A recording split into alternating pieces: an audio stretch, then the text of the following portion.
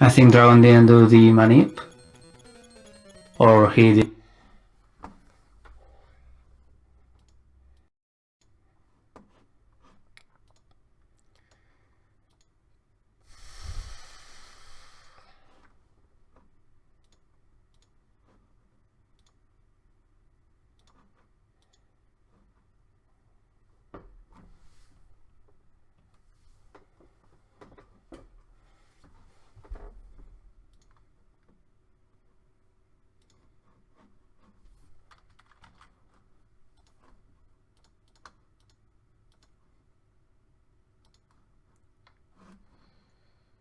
Okay, at least it.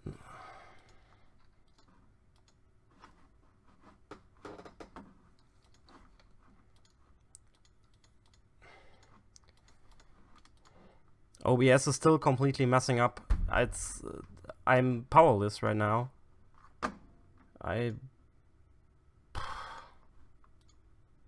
What can I do?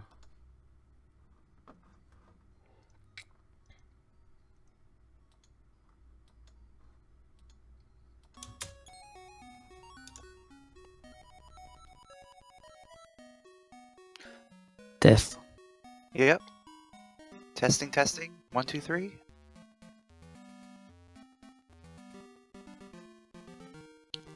I think Leafon is actually ahead now.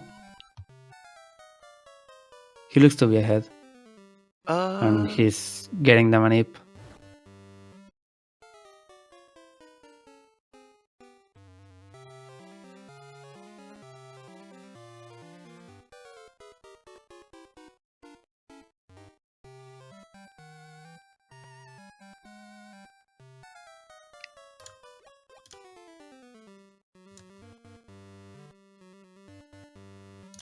Oh, Leafeon messed up the manip for Rosa. Right at the end.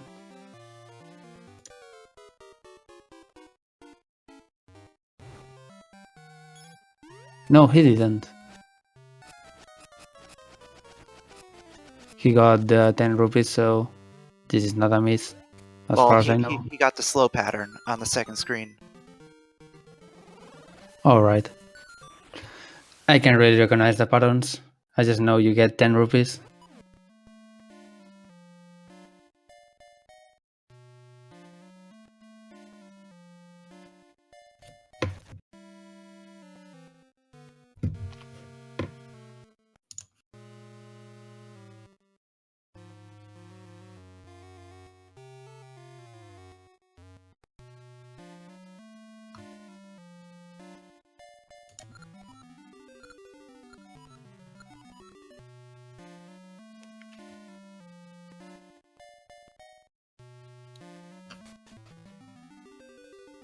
Okay, so Dragon is getting the Rod of Seasons on my screen.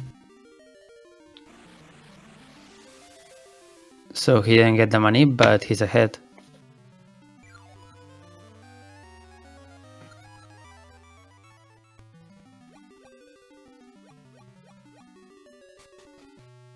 I should probably pull up Dragon on my phone because I only have Stanner, Mighty, Puffy, and Leafeon up. Because that's on the Khadgar.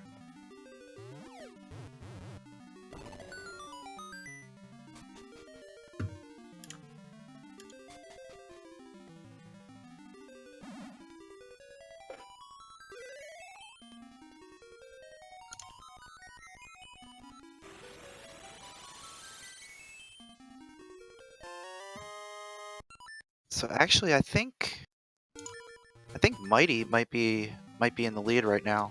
Yeah, he is. I should be refreshing more. I have all 6 streams and some of them are lagging. I don't know why you would stream this game at 60 FPS.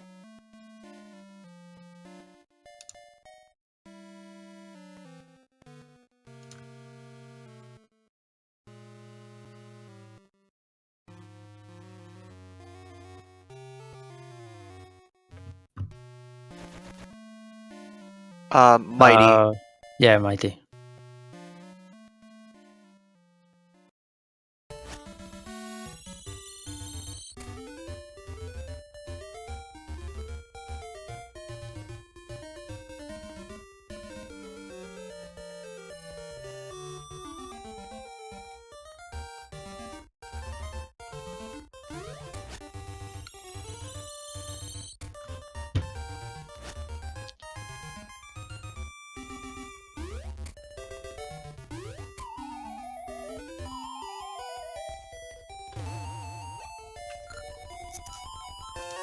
So they're all keeping pace pretty well. They're Aside all from like Ash. within a screen of each other. The thing is that some of them have the rupees already for Blano, Yeah. and some don't.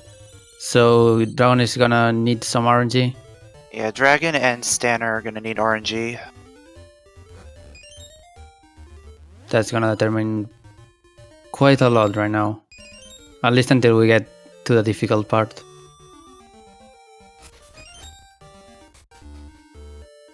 Okay, Mighty entering Dungeon 2 now.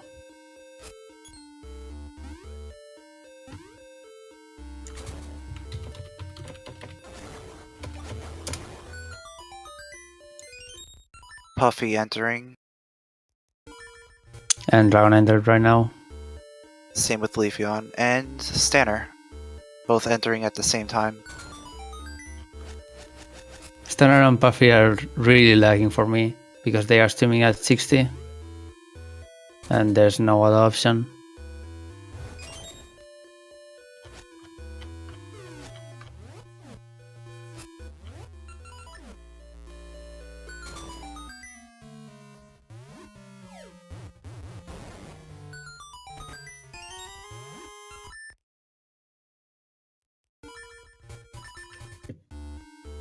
It would be Dragon and Ash, right? Because Ash is... Stanner, Mighty, Puffy, Leafeon. Is Kido Leafeon... is Leafeon. He has like 4 different normal names. He originated as Leafeon, went to LZS, and now he's Kudo. He's in like the Yeah. process of changing everything over.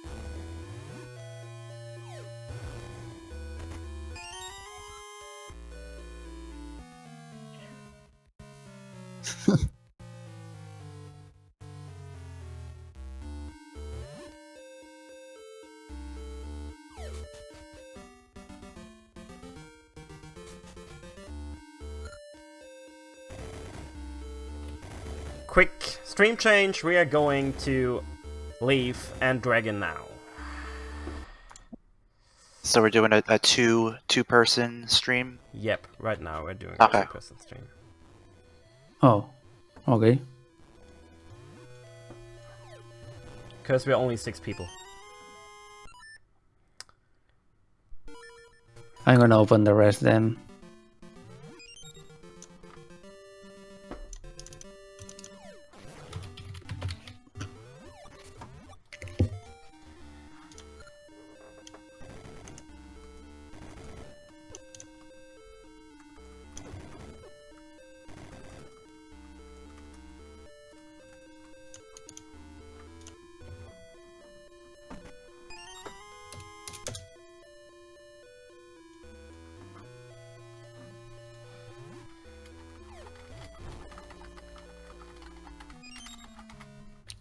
Okay, trying to sync everything now.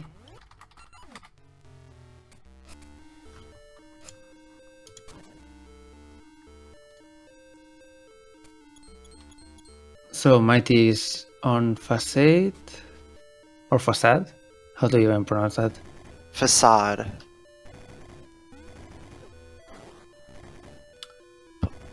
Puffy has how many F's in his name? 4. 3. 4. 4. It's 4? Did you change to Yep. Leaf and Dragon? Yeah, I have them up. I want to pull up the other ones on a separate tab. Yeah. Okay, Puffy is entering Facade. And Sinner is right in the middle on that. So in my screen, Mighty is really ahead right now. I don't know what happened. We can might as well add Mighty to the mix if Yeah, you want. Mighty's ahead by quite a bit. Okay, we will add him to the mix. You can just open this link if you want to, and I will add him to get into the 3-player layout, and then there we go. Mighty's on bottom, Dragon is on the right, and Kudo or leaf is on the left side. Okay.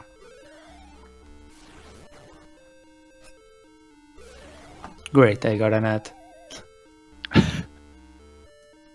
Okay, so Mighty is on the second hit or third hit. Probably third. Oh, Yeah, it's the he killed last the one. Dongo now. He was doing the manipulation for the Dodongo there. And that's an essence.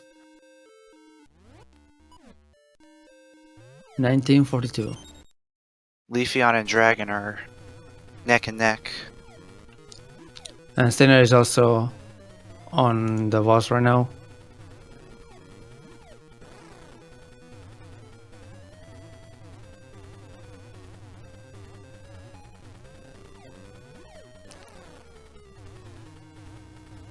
Okay, Mighty is not doing the safe manip. I think it's the hard one. Or the hard ring.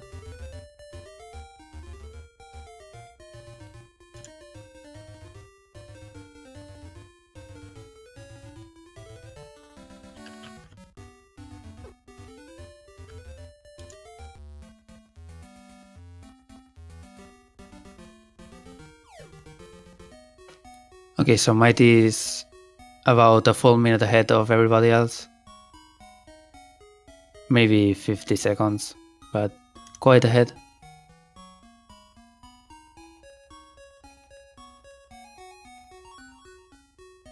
I think part of that is just getting the manipulation properly, as opposed to Dragon. Dragon got the chest, probably.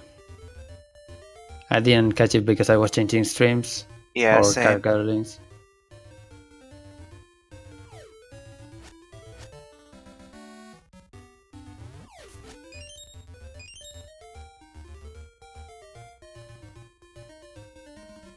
Might is gonna enter Blano right now.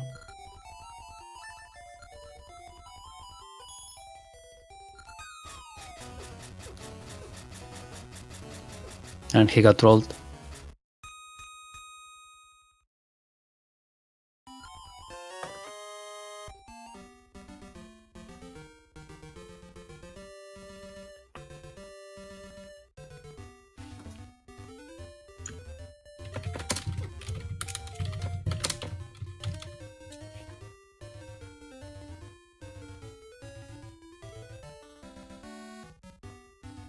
So is the stream able to hear us? Oh, Okay. really? Okay, I was.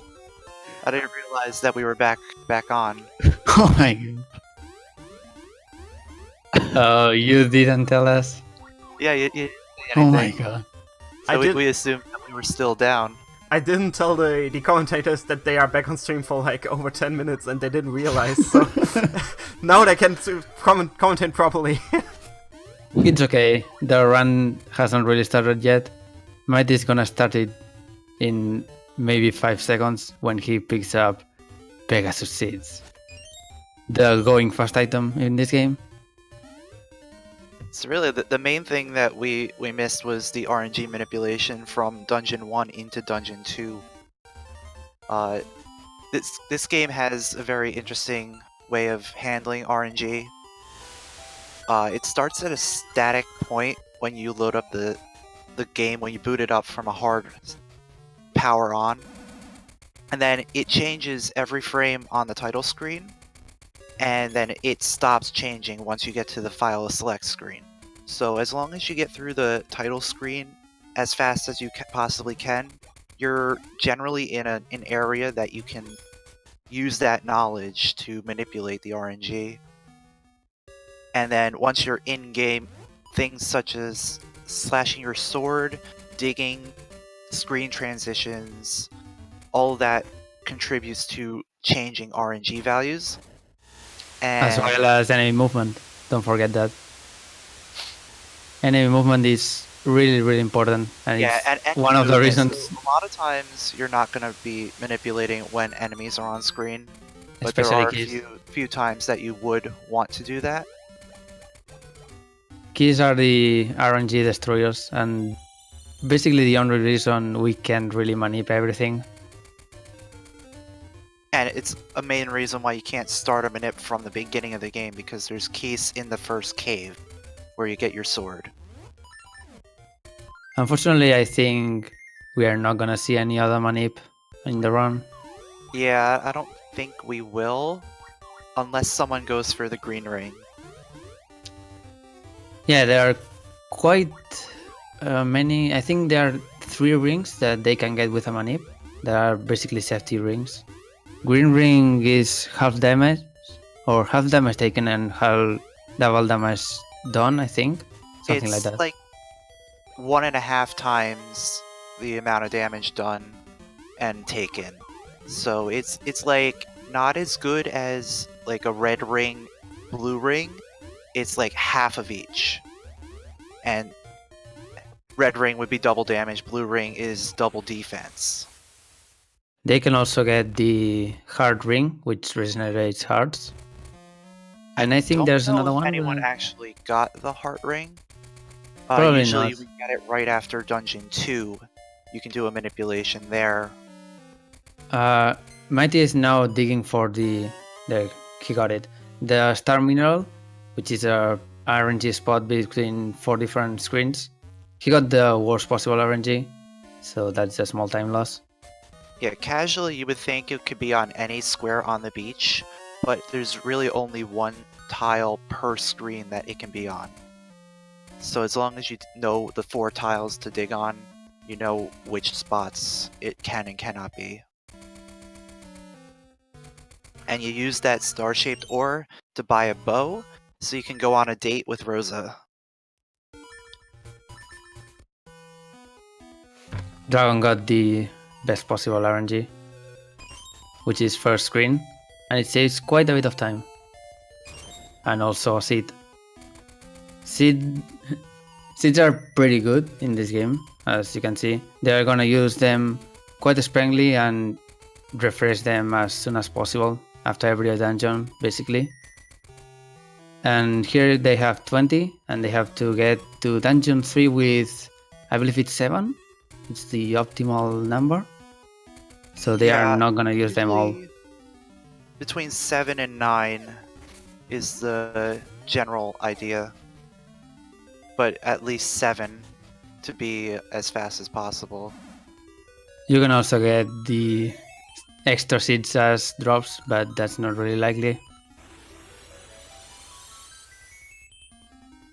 Also, the seed drops are 5 seeds instead of 18.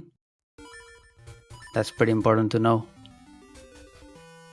18 as in a full Pegasus seed tree.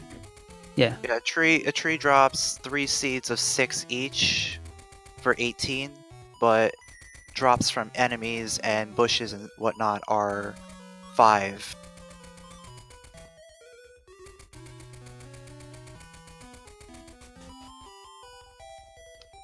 So Mighty is gonna have an extra seed for this. That's pretty weird. Or I don't know why he used it. I don't know. He really needs a seed to get past that. One of the seeds in Dungeon 3. Probably the 2D version, the 2D seed. Yeah, I guess the 2D seed. The 2D seed is probably the only one you can actually skip. So I can see that. Okay, but so we didn't really talk about what the main mechanic of the game is, which is the Rod of Seasons. And basically, it can control the seasons, and there's a temple that has fairies that control each of the 4 seasons. And you have to find a way to get into each temple. So you have to go through that Subrosia area, which is like this underground area, to get to the temple and collect the power of each season. The runners just got the power of Summer, which drains lakes, drains water out of lakes, and makes vines grow, which allows them to get into Dungeon 3. Dungeon 3 is pretty much the part of the run that becomes serious business. Oh, Mighty's not going for Huntsman Eve. We can really explain it then. So in Dungeon 3, you have this room, which really sucks. You can manipulate the hands to actually appear whenever you are going, and you can do this room basically doing that and do it really fast. But it's also pretty risky and really hard.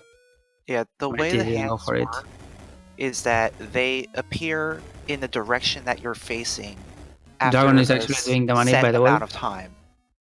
So, like, you just have to like move in certain directions in order to manipulate their spawns. I believe Dragon Got it. Yep, pretty clean.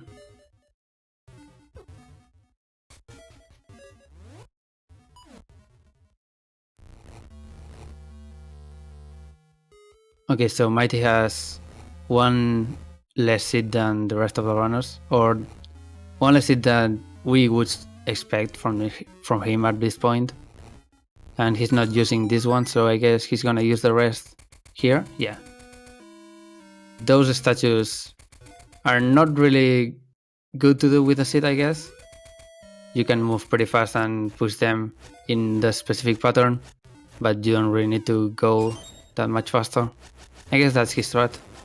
And he's gonna pick one of the classic 2D Zelda items, the Rock Feather, which is to jump. Basically, if you have never seen either Oracle of Ages or this, or even LADX, it's a common item on these games.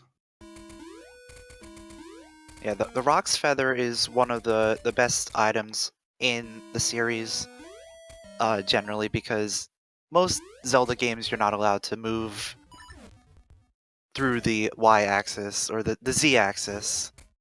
So being able to jump makes things a lot more interesting.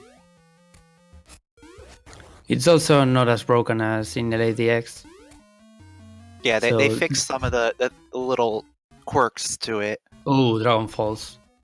Those moving platforms can have very stupid hitboxes. In this case, he went too early and fell through it. So again, in LADX, the feather is pretty broken because the Z-axis doesn't make any sense. In this game, it's pretty much fixed, except a few artifacts, like getting keys while they are falling to the ground.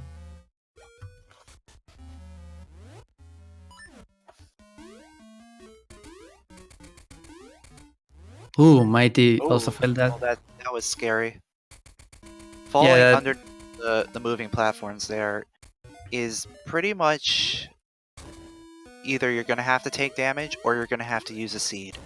There's no way around it.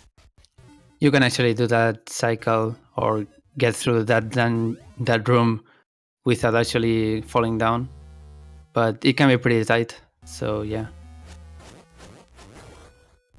And in this case, they are probably not gonna do the Huntsman Ip. Of course, Mighty didn't go for it. Ooh, Leaf just took a death. I wasn't actually looking at that, so I don't know what happened. But he's back with 3 hearts to the first room of the dungeon, because the mid-boss is coming up for Mighty. He doesn't have the warp, and taking a death in this dungeon is pretty bad for that. Yeah, the mini-boss is really late in the dungeon. So any deaths really set you back pretty far in this one.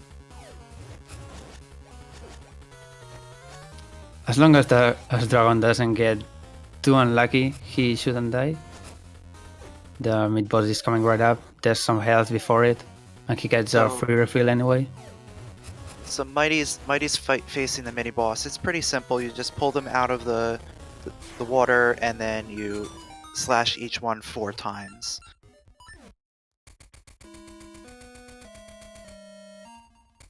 You can actually lose a lot of time or positioning in this mid-boss. And that happened pretty much for Dragon. He got trolled and he got hit with the other parts of the mid-boss. Also, you want to finish on the down right corner, because there's the stairs to the rest of the dungeon.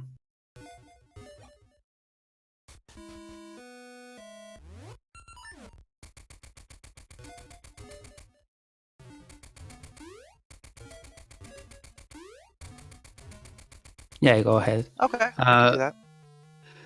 Mighty got the boss key and he's gonna go fight Mothula. It's an LATTP boss, but pretty different in this version. Not quite a Zelda 1 boss. And if you notice, there are pits in this area. If you fall down, there is a room underneath, and just like fighting, say like Moldorm in A Link to the Past, if you fall down, it resets the boss's HP. So you have to do the entire fight over again. So you Fortunately, really don't want to fall down again. Mothula doesn't really have that much health, so he dies pretty easily. Or she, I don't know. And Mighty finishes Dungeon 3, and I guess we're gonna switch now. Yep, we are going to switch now. I just gave you the Ketka link, and we are gonna switch on stream right now. Let's see how the rest of the runners are going. So it looks like Stanner and Puffy just finished as well. So they are closer than we thought. Yeah, they're right on Mighty's heels. And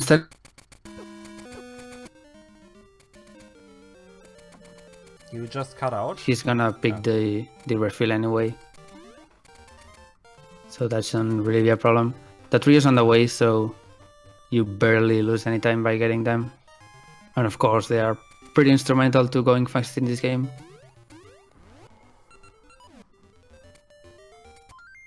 So while we were away, while we weren't aware that we were alive, we got our first animal companion, and whose name is Ricky the kangaroo, and he gave us a flute, which allows us to go through, hop across one-tile gaps, and hop up cliffs. Now Ricky can be summoned anywhere by using his flute, and the area that they are in right now, Stanner and Puffy, is a unique area depending on which animal companion you get, whose flute you get. So this area would look completely different if you get one of the other two animal companions. Unfortunately, both of them are slower for this category, but that's how it is. So you go through this area as Ricky. You can get the other two, but you have to get them before you give the boxing gloves to Ricky, otherwise you just get him automatically. Yeah, I'm pretty sure it's the same as in Ages, so you can get one flute by buying it on the town shop, or you can get the other one by completing the baseball minigame. Both are pretty slow. Actually, the Subrosian dancing gets you to Subrosian Dimitri's dancing? flute. Okay. Yeah, you have to get the boomerang, and then after getting the boomerang, you will get an opportunity to get the flute. So that's even slower than I thought. Cool. And then you get Moosh from buying the flute from the shop. Yeah, you usually don't have any rupees, so it's understandable that it's slower. In Ages, you actually buy the flute because the animal sections are pretty different, and Dimitri, which is the shop flute, is way faster. In this game, you just don't bother. You could actually do an RNG manipulation to dig up big rupees, which are 100 rupees each, and you can do that twice to get 200 rupees, which will give you enough to buy the flute. But Yeah, it's not probably different. marginally slower than just going with Ricky. Yeah, we get the second animal companion, which is Dimitri. He's a lizard and he can swim. And the main thing is that he can swim up waterfalls. So, But also swim in general, because reminder that we don't really have the flippers right now. We're actually gonna get them in a second.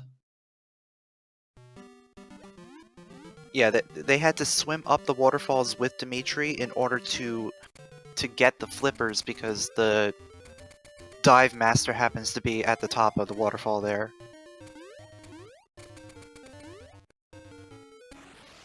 Okay, so they are gonna enter Subrosia again for probably the longest part of Subrosia, which is pretty annoying. It's a hiding minigame to get your feather, just so you can get to the temple and get the spirit of Spring would be the spring. next one Yeah, that they get. I don't know why I forgot that. So just like with Rosa before, you can't be seen. Their line of sight is literally just one line of tiles, whichever direction they're facing. So you can pretty much figure out where you need to stand on each screen in order to be safe at all times. And Also, their their pattern pattern is the same every single time that you do this, so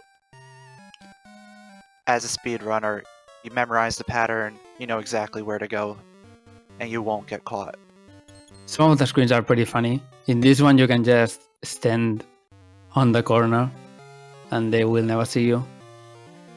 On the second to last screen, it's gonna be even funnier. But for now, we just have to wait. The only time you would actually get caught is if you're trying to showboat and either like try digging things up and maybe try digging the tree up, which doesn't do anything. It just makes a noise. But like, you just stop paying attention to where they're at and they catch you. Okay, they are gonna go into the second to last screen now. Or at least it looks pretty tricky, but you can just stand next to the tree and they will never see you.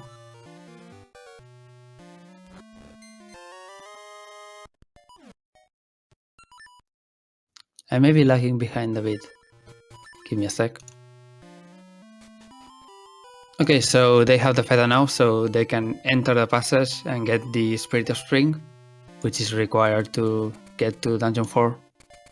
But before going into the underground path, they're going to lift up this rock.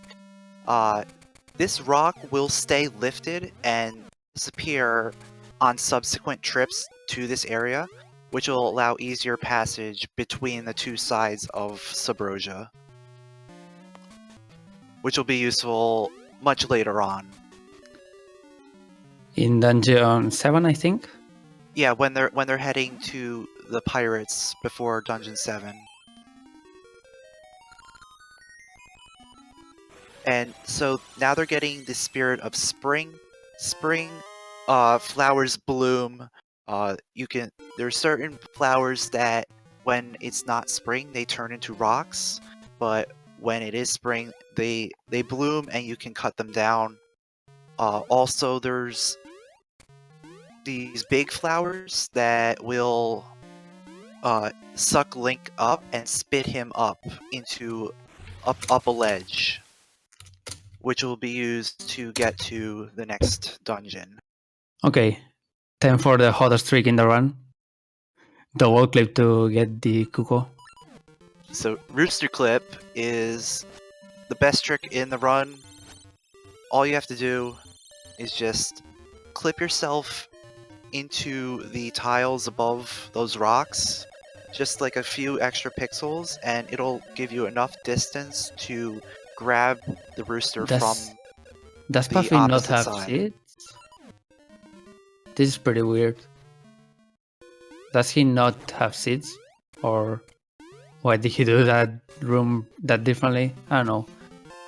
Maybe he Also, doesn't want to... they really want to get bombs here because they ran out of bombs to rescue Dimitri. Stan are not getting any, but Puffy got one, so pretty good. And there are a few more opportunities to get bombs back. There's a Moblin coming up that has an opportunity to drop bombs, and if they don't get any bombs at all, there is a chest in Dungeon 4 that will give you guaranteed bombs before you need them. Apparently something happened with Dragon. I don't know. So they are gonna get the Dungeon 4 key here. And just...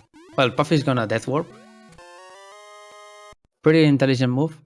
He's gonna get 3 hearts from that. But they can save warp and get to this cave. So they can continue here. Yeah, if they were to save warp without going to that cave, they would be back at the top of the mountain where the banana was. And that they would have to do that long trek back over.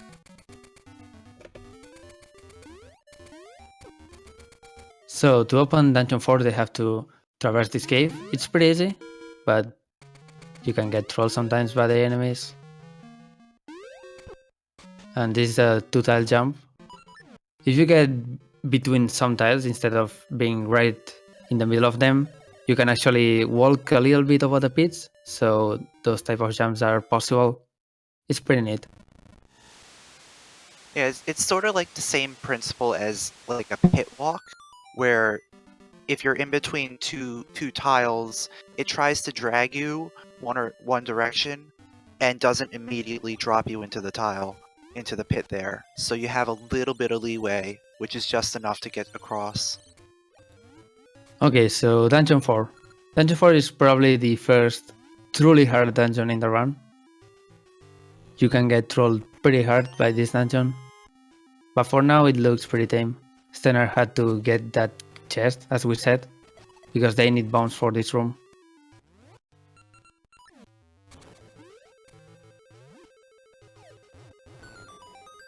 Here's a really annoying and long puzzle, but it has basically nothing going for it.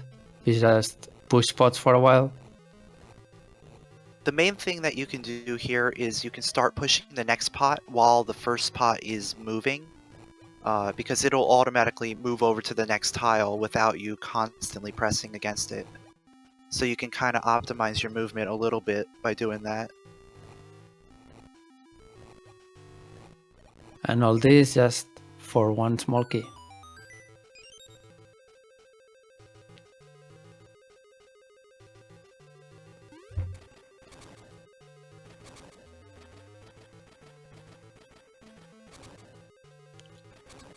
Steiner is not using seeds for some reason.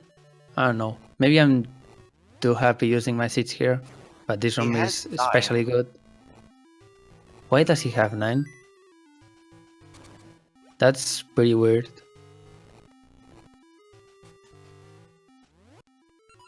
Maybe he used some extra ones somewhere? I guess. I don't know. I don't know. We missed something a little earlier, most likely, before the switch. Here's the Mega Man room.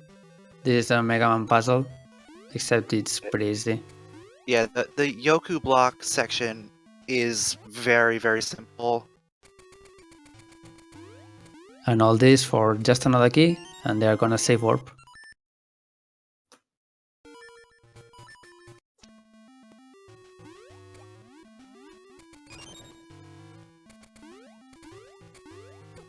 A lot of this run is just managing your Pegasus seeds because that's how you go fast.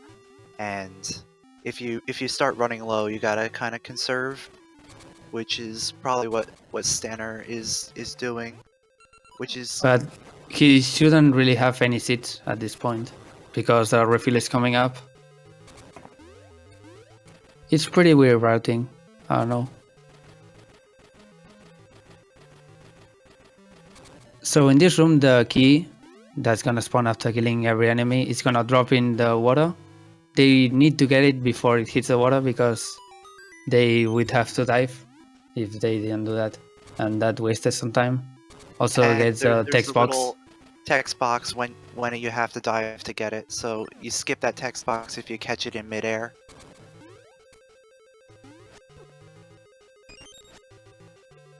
Ooh, pretty lucky. Pretty lucky Pegasus seed drop, which is gonna matter basically nothing because he has some seeds there. And Puffy gets a fairy. This room is pretty nice to run as. Yeah, they're looking out for both of them right now. It's that same Shrouded Stalfos dropping both useful items.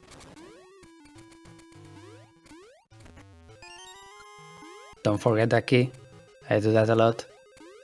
And Steiner is gonna go to the mid boss now. It looks pretty simple, but you have to be really fast and get these seeds in the perfect frames, or not perfect, but on good timing. You have to light up the room, then hit the boss, and the candles will eventually run out, so you have to be wary of that.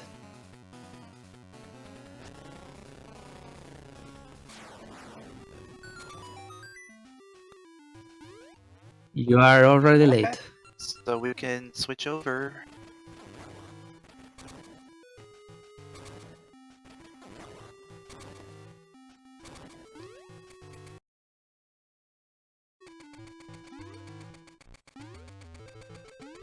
Okay, so Mighty already beat the mid boss, and he's gonna get the item of the dungeon.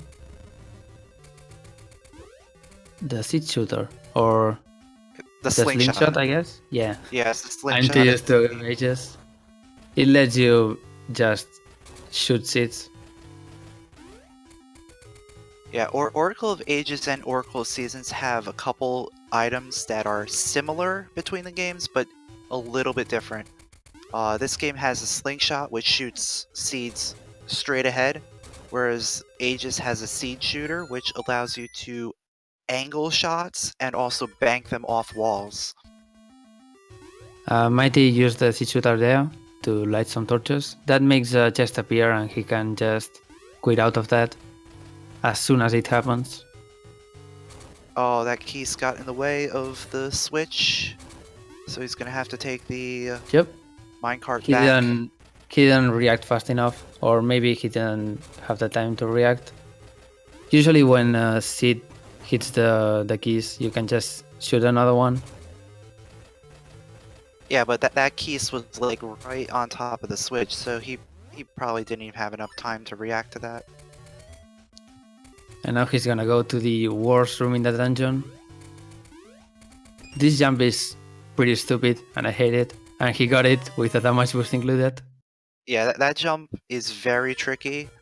I call that the one shot of glory, because if you activate your seed right before going into that room, and you have one jump, if you fail it, you can go around the normal way before your seed runs out. And he got the boss key for that. Now he's gonna get this key and just go to the boss. And he didn't forget that key. That's one of the main things that a lot of people do, is they forget that key exists.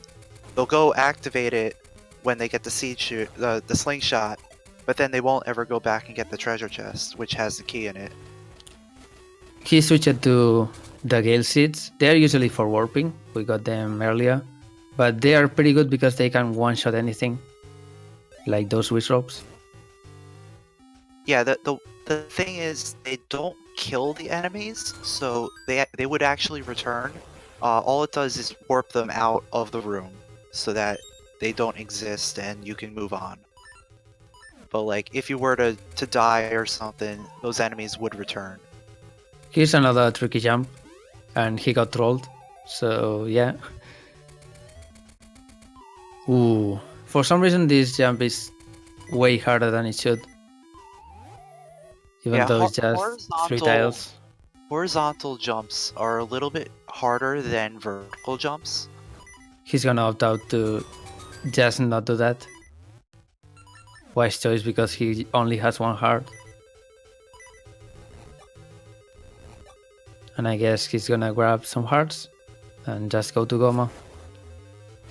So, Mighty's coming up on the boss of the dungeon, who's Goma.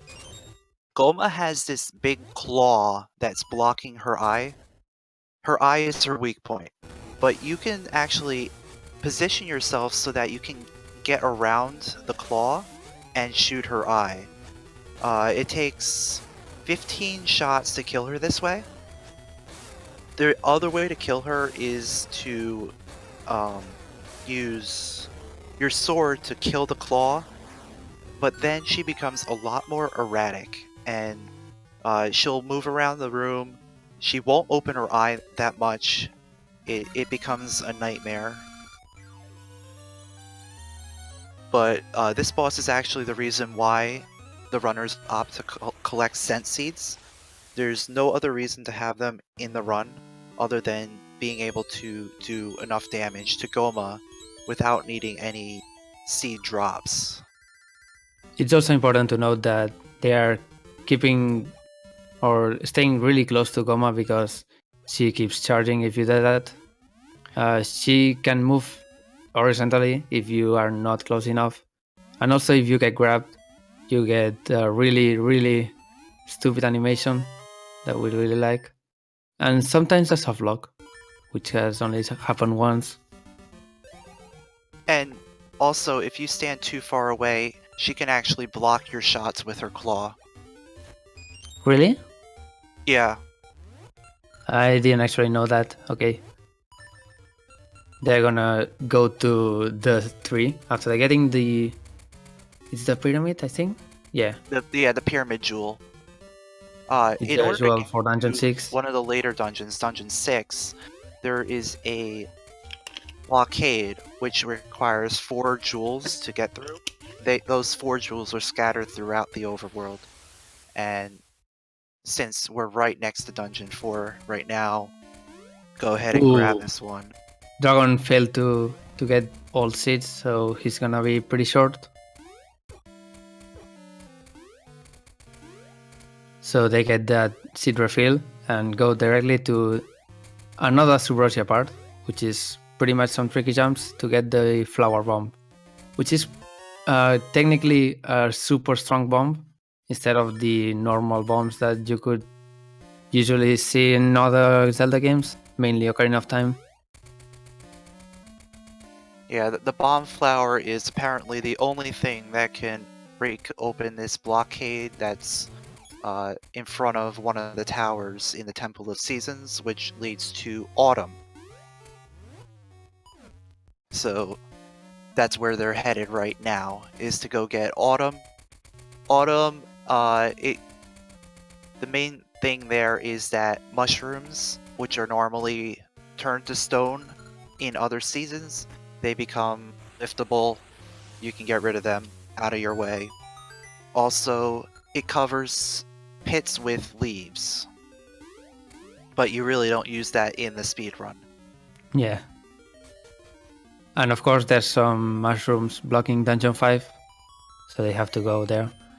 Ooh, Lifon is actually breaking Goma's claw, so we can see the fight as it should be in vanilla.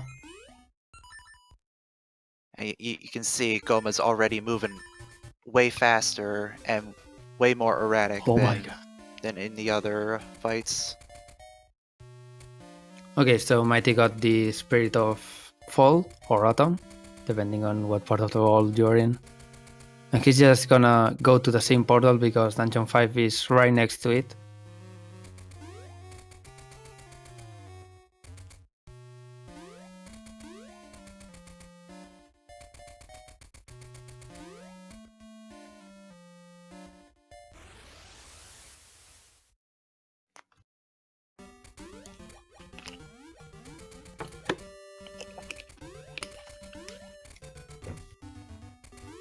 Because this area is in winter, we have to go through all the seasons to get to autumn. So yeah, this takes a while. Yeah, when changing the season, it goes in order through all the seasons from At least spring, summer, all the autumn, seasons you have. winter. That's it. But it goes based on what season you're currently in. So whatever season you start in, and then it cycles through. Usually you have to go as far as you can in order to get the correct one. Dungeon 5 is pretty open and has a lot of keys. They're gonna get one here and just go get the magnet glove, which is the dungeon item and probably the coolest item in the game. Yeah, the magnet glove is really interesting. It's a unique item to this game. I don't think any other Zelda game has something like it. But basically Not really what it that I know does of. is it either attracts you or repels you from certain metallic objects. It's basically a retractable hookshot, if you can call it that. And It's you see right. this ball that has an N on it. That ball is magnetically charged to the North Pole. So when you use the magnet glove, when you have it at north, you'll repel from it. When you have it in south, you'll attract it. You're supposed to solve a puzzle there to get out of the room, but you can just save warp out of it. Ooh, dragon failing the pushing blocks. That's actually pretty rare. And he's gonna take the long path. He must be playing too much LADX, trying to do horizontal block pushes. And Matey is in half a heart. Got a nice little heart drop there. Nice. You're supposed to take off the Helmasaur's mask with the magnet glove, but you can just go around them. They are pretty slow, so they are not a threat. And this Armos room that Mighty's in right now, the solution ends up being the order that you kill the Armos in. So you have to open those chests in that order. So you have to remember like which ones you killed, and hopefully they don't overlap and make it really hard to figure out.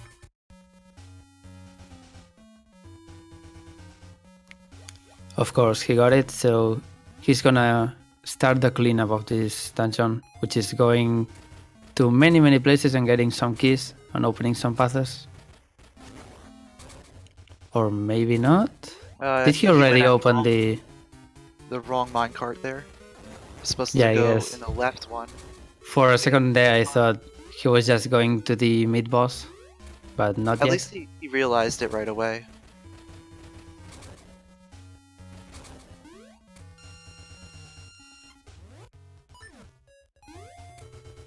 And you can see Mighty do a little hover over the gap there. When you use the magnet glove, you technically have 1 frame to jump, but when you have the spinning magnet platform there, you have, I think it's up to like half a second before it actually pulls you into the pit. It's pretty lenient, yeah. Dragon just did a 1 frame of a 1 frame jump, which is basically that, but on steroids. That jump is pretty hard, even unbuffered, but he buffered it, so we're okay. Wait, why is Dragon going back there? Did he miss the key? Did he I do the same think- thing? Or Maybe he didn't save word properly?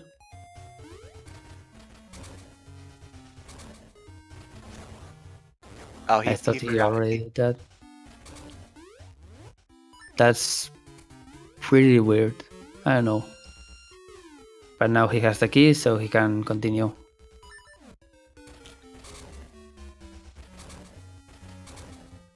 Now Might is gonna get 1 last key and go to the mid boss, which is pretty simple. I don't know if he has a proper name. I just call it the Tiger. I think his name is Saigar? It's something like that. But basically that ball on his tail is his weak point. And you can kill him in 3 cycles with spin slashes and a couple extra slashes.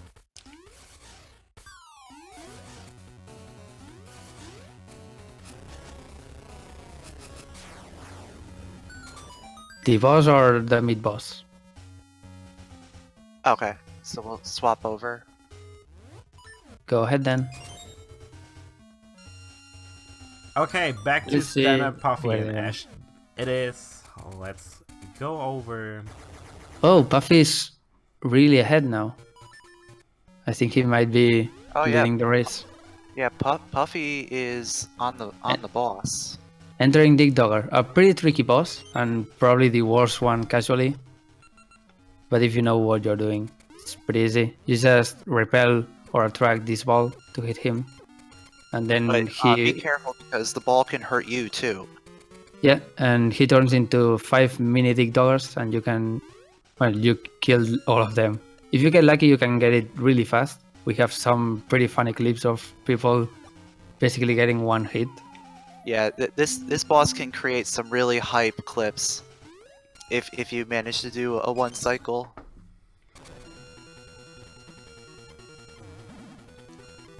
I think he Stanner missed is it. also on the boss. Let's see if he can maybe make up some time. Puffy missed exactly one of them, so he has to actually just kill him again, just for the little one. But Stanner getting a one cycle there, so he made up a little bit of time.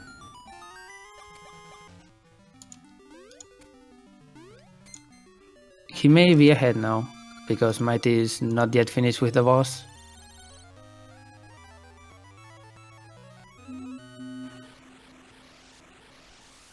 Ooh, they're almost synced actually. Puffy and Stanner finish at basically the same time.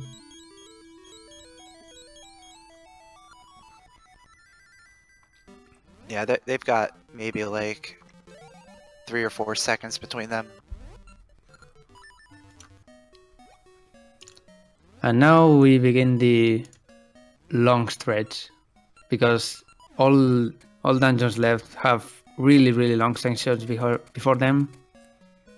In this case, they have to get the 2 remaining jewels to get to dungeon 6, and then get Noble Sword because it's in the way. We are gonna get there, and do some other stuff to get to dungeon 6. One of them is in the beach here. I think it's the only place you actually need the slingshot, because you have to shoot this. And they usually do it with the mystery seeds we have, which have random effects, and sometimes it's fire, so that works. Yeah, you can actually get really unlucky with the mystery seeds and waste all of them and not get an ember seed. So Then are going to the wrong way. You want to go for the risky strats or end up using one ember seed, but that requires changing over, so it's a little bit slower. And they're gonna get the round jewel, which is the last one. And I guess they're gonna warp back. Yeah. Yeah, they're gonna use this time to fill up on Pegasus seeds before heading. They over actually to, both did it. Before heading over to the ruins. And here you just place all 4 jewels, and you can continue through.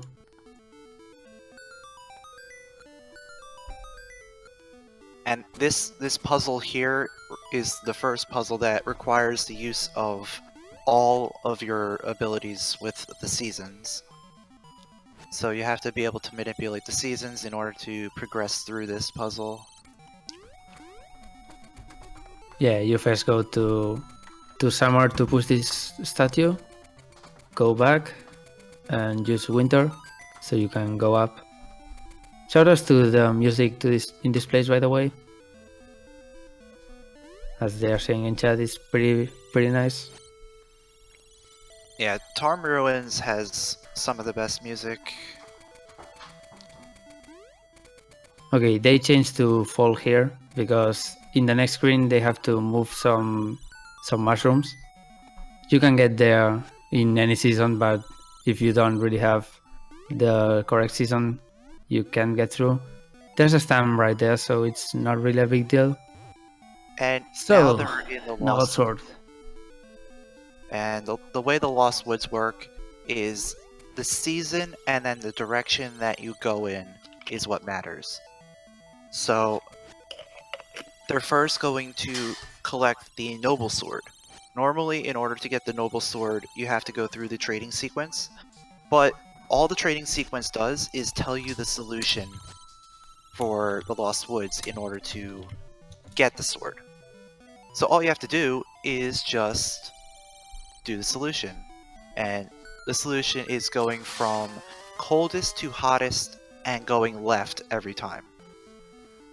And the game assumes that autumn is colder than spring. So it goes winter, autumn, spring, summer. Noble Sword is not really required to finish the game. Usually in Zelda games you would have a Master Sword upgrade. There's a Master Sword actually in this game, but it's in Linked. It just so happens that Noble Sword is in the way and you don't have to do a trade quest for it, so we grab it. There is a way for people to skip the Noble Sword, but it's a lot harder. It would require getting the Power Ring level 2, I believe, which is a manipulation that you can do after Dungeon 2. And that increases your power so that you can get the same kind of damage output, but it also increases the amount of damage you take. So it's a lot riskier. Oh, Ash didn't get the key. Oh, he forgot one of the keys? Yeah. But which one? That's an important question. Also, the Noble Sword. Let's not forget that the Noble Sword can break pots, so it's pretty nice to have. It speeds up some sections. It's not about the damage.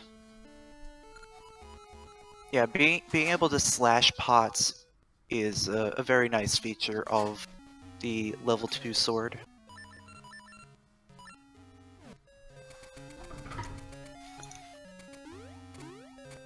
So Dungeon 6 is really long. It's basically a tower that you keep climbing up. And it's probably one of the hardest dungeons in the game. Yeah, Dungeon 6 is full of enemies that can do a lot of damage to you. And also pretty hard rooms, like the one coming up. You have to get this ball to the other side. And of course, you have to first get it out. And normally, after you get that key normally just allows you to leave that room. But if you do a save and quit, you can keep that key and not have to open that key block that Puffy just passed by, which allows you to get onto the next area a little bit quicker. I don't know what Stenner was doing actually. He was on the wrong room. Here's a tricky jump, and he failed it, of course. I really hate this jump because it's really inconsistent, but it allows you to skip the rest of the room, so it's pretty fast. Yeah, the tale of Seasons in general is, here's a tricky jump, here's another tricky jump, let's keep doing more tricky jumps. Maybe we'll do some fighting between all the jumps. that's the short version of Seasons. Don't forget the part about getting destroyed by RNG. Oh yeah, that too.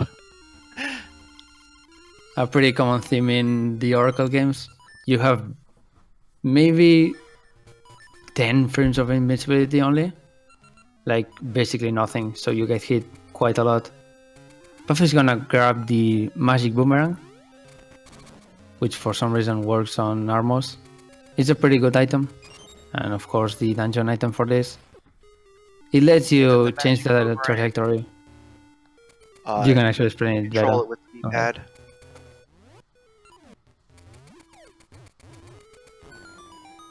And you don't have to get the level 1 boomerang in order to get the level 2. Which is nice because you don't have to do the Subrosion dancing minigame.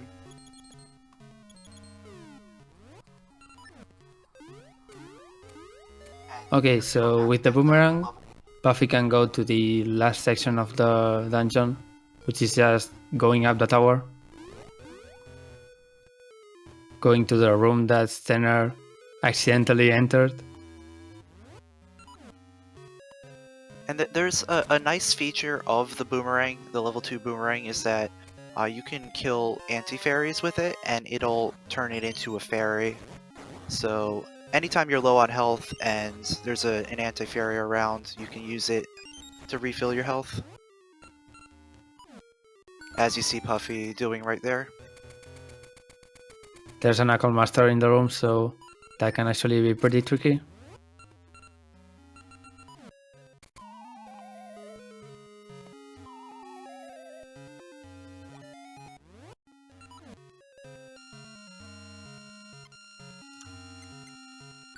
Here's another room that needs the slingshot just to go up. And here are some Pegasus seeds that they are gonna grab. And then you got the classic trap where there's a big rupee, you collect it and the walls start caving in. It's a big rupee that only has 1 rupee of value, so it's not really worth it to get it, but you can't actually activate the room anyway.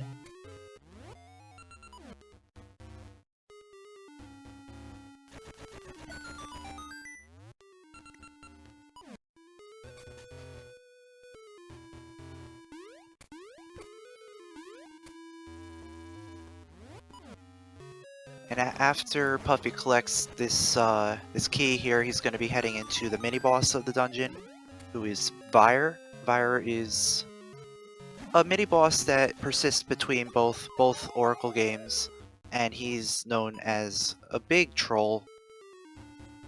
At What least he it's does a little is bit he- easier in this game. He Honestly. flies around the room and shoots fireballs at you, and you're gonna try and hit him.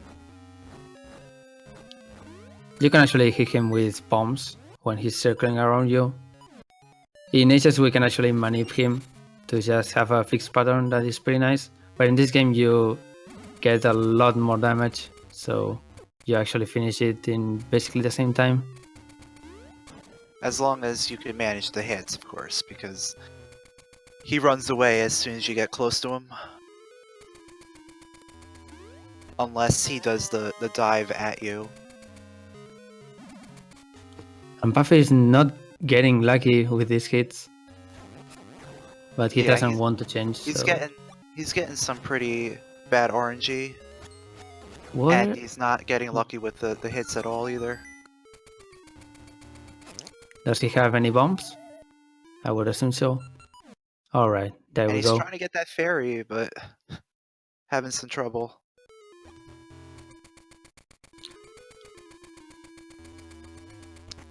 He lost quite a bit of time there, so maybe everyone else can catch up now.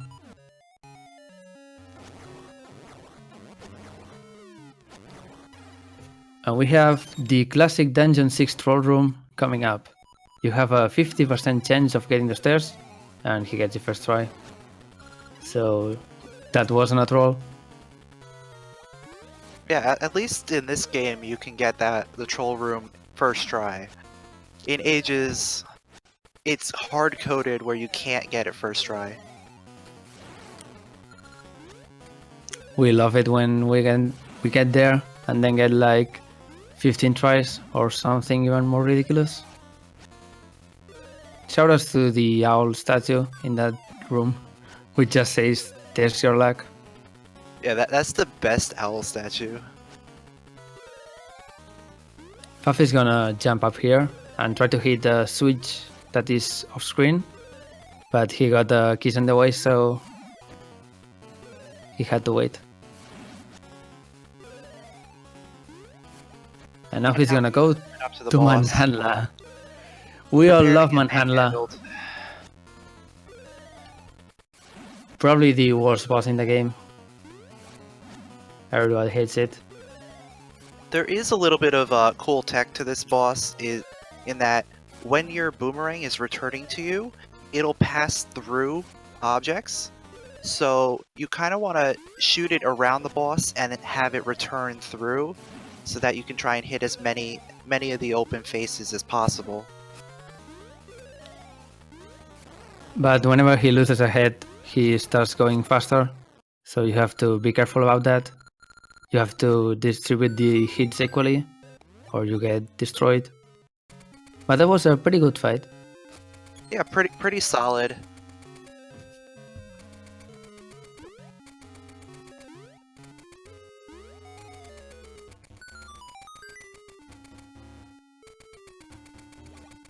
Sure. Alright. Quick switch again to the other three. How are And they it doing? looks like Mighty is on the boss. Dragon is Yep. just entering, and Leafeon is a little bit further back. So Puffy is probably leading by 30 seconds, which is not too much in this game. Yeah, all your time is going to come down to Dungeon 7 and 8. So we're going to see who's really going to be ahead in these last two dungeons that come up. Because each of them has a pretty significant skip. That can be kind of difficult.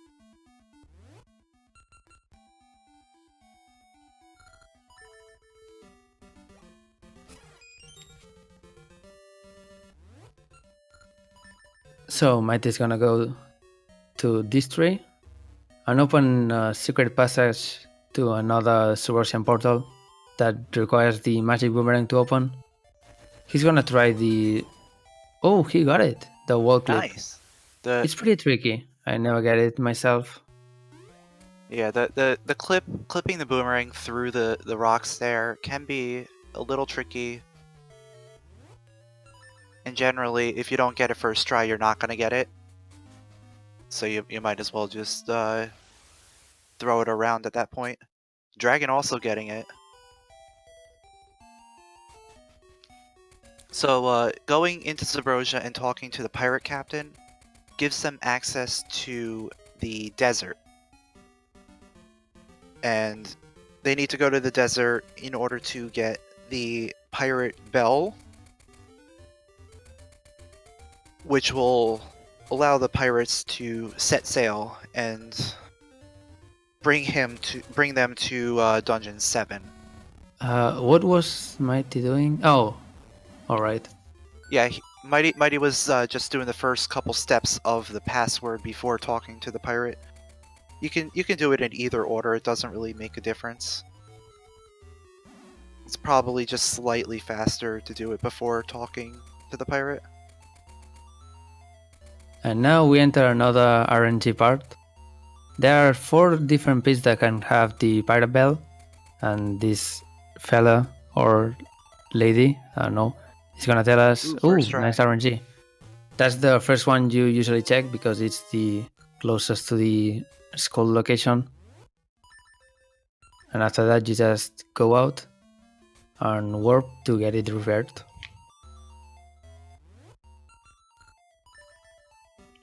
So you see on Dragon's side, he didn't get the first try, so he has to go and check these other sand pits. Looks like he's got 4th try, which is the worst possible RNG. And the most common.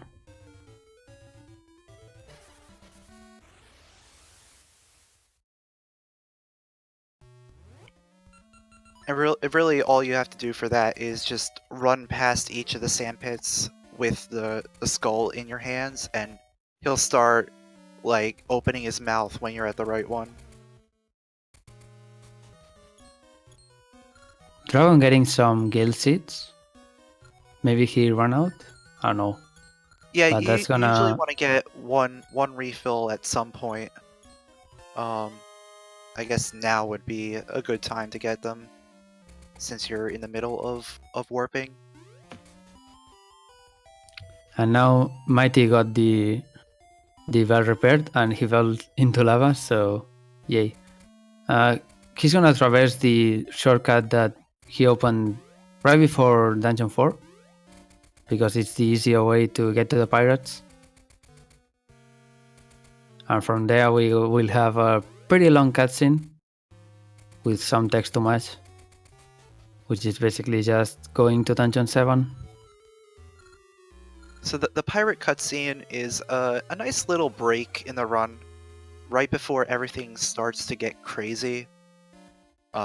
Usually take this time to take a breather, just collect your thoughts, get ready for the hardest parts.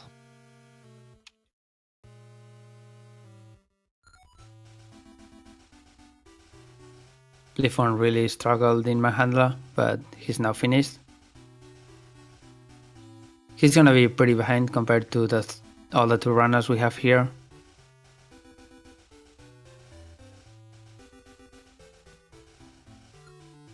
We have an LOL in chat. What happened? Probably because of his struggles in Manhandla. Oh, he also struggled. It's understandable.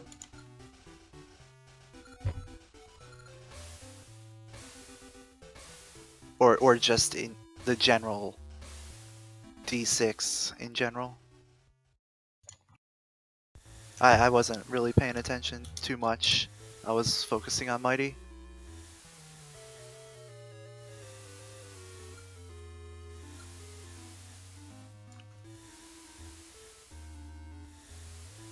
But all three of them working on the pirates. I just checked the other streams right away. Puffy is actually ahead. He's just finished the pirate cutscene.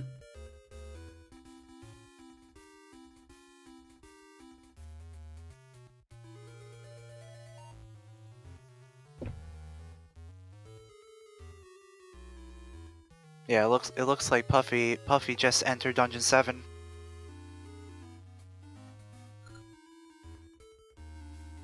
We're gonna wait to comment on Dungeon 7, I guess. Yeah, once Mighty gets there, we'll start talking about Dungeon 7. He's just has to make this vertical 3-tile jump, and then there's one pile of snow in front of the dungeon, so you have to dig it out. Reminder that this is technically a Zelda 1 remake, so the graveyard is a pretty important place. Unfortunately, we don't have a level 3 sword here, and instead we have this. The Explorer script. There's a quite unique mechanic here. There are some places where the lights will go slightly... How can we describe it? I don't know. They will fade eventually. The torches will go out after a certain period of time, and if all 4 torches go out, the spirit, the Poe spirit, will drag you back to the start of the dungeon. Yeah. So you're supposed to do that, you have to kill the Poe spirit in order to get past that room. But you can actually make it to the stairs in that room without doing that, and that's what we call post skip. Post skip is really, really hard. Incredibly precise skip, where you have to not only push these rollers, you also have to jump over spikes and still manage to move diagonally and like in an S shape in order to get to the stairs. This is the first hard trick in the run that is gonna make or break the lead. So let's see. Mighty got it. Getting it first try, which is really nice. Dragon's coming up to it right now.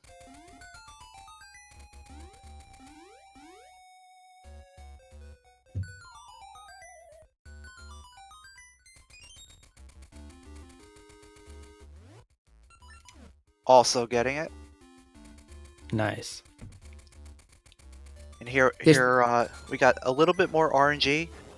The Armos that you can actually push is random between all of them there, so you just kind of have to nudge up against each one and hope that they are the right ones.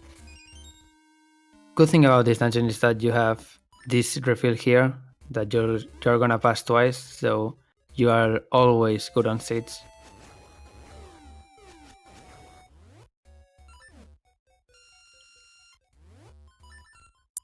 And there now is a dumb jump you can do in that room with the moving platform, but doesn't look like Mighty went for it. Let's see if Dragon's gonna go for it. This dungeon is pretty dumb. It's basically a gauntlet of really, really hard jumps. The first ones are coming up here and Mighty feeling it. Yeah, normally you're supposed to get the dungeon item in order to get around here. The dungeon item for this dungeon is the Rock's Cape, which is an upgrade of your feather, and it allows you to stay in the air for a little bit longer. But you can do some precise feather jumps in order to get around into this area without having to backtrack.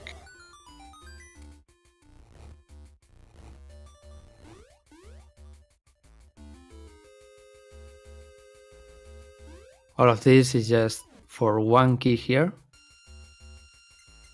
It's a small sequence break, but a pretty nice one. And once you do that, you have to do the find the Armos again. Mighty getting really good RNG there. Dragon not so much.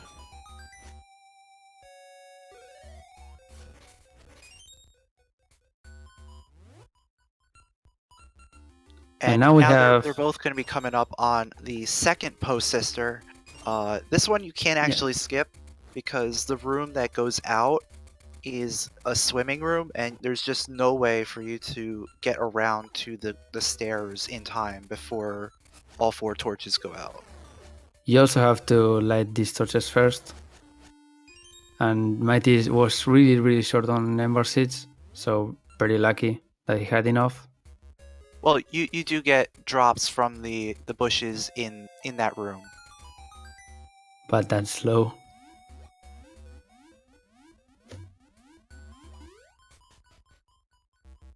Looks like Dragon actually made up some time there. Here's another really tricky jump. Or tricky jumps, rather. Wait, what? So, what they do here is they magnet onto the magnet platform through the wall, pause, and then do a pause buffer jump in order to get across to the other side. I have never seen that actually. Yeah, That's nice. It's a relatively new strat. Probably found sometime this summer, I want to say. But that saves you from having to go all the way around the room and doing some really, really dumb jumps. Dragon gets the Rockscape. Mighty struggled a little bit and he's now really low on health. But he should be okay because we have a fairy coming up.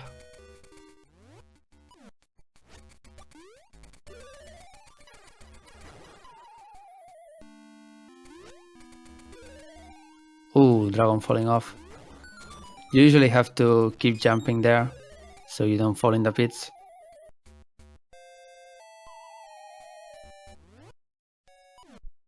And he's trying to do the seedless strat for this room, but he gives up. Yeah, doing that diagonal jump seedless is very tight. It's a lot easier just to use a Pegasus seed. Now the here's the mid-boss. here, you have to kill both post sisters, and he may be in risk. you don't want all 4 torches to Oh go no. out. Oh, That may be a GG. Oh, he's playing really, right in time. really. Oh, that was really close. But if all 4 torches go out, you get sent back to the beginning of the dungeon. If you did post skip, you have to do it again because those torches will still go out as well. So it's a huge time loss if you have to go back to the beginning there.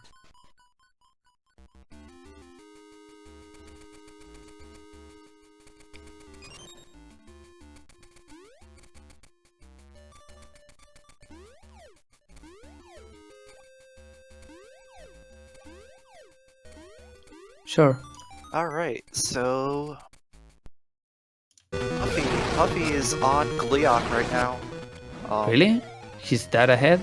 Yeah, so Gleeok is the boss of Dungeon 7. Has 2 heads. You have to kill both heads relatively close to each other, otherwise they will like respawn. And then once you kill both heads, he turns into a skeleton version, pounds the ground. If you're on the floor when he pounds the ground, you will get stunned, and then he'll charge at you. So you just have to jump. It's a relatively simple boss, but can be kind of annoying.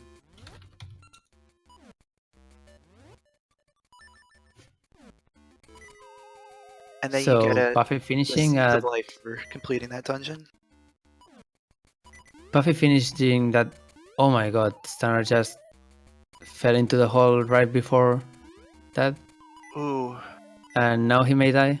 yeah, he just died. And GG's. Did he do? And Did he then do post skip? he did a reset instead of taking the death.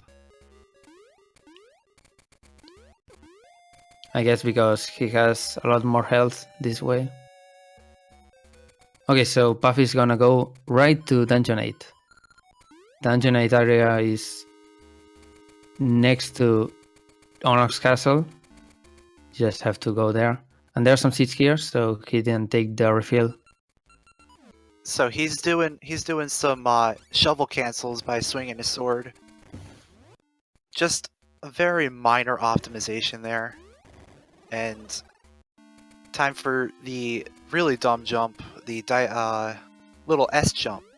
Normally you're supposed to change the season to autumn, and it fills those Second try. holes with leaves, but you can just barely make it across with a seed and the Rock's Cape.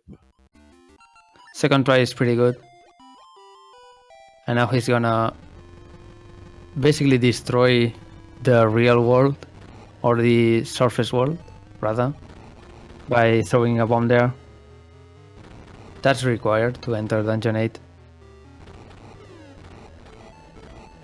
Yeah, this area is pretty much self-contained. Everything that you need to do is within the area itself. And then going and throwing that bomb into the fire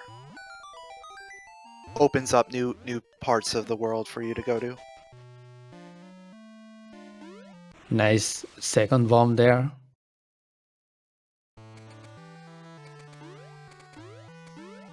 And now Puffy's going to be doing a series of jumps through caves in order to get up to Dungeon 8, which is at the top of the wall here. But first he's gonna change it to summer, so he can Yeah, go up. summer to make the vines appear so he can get up. Watch out for the Lionels and great avoidance.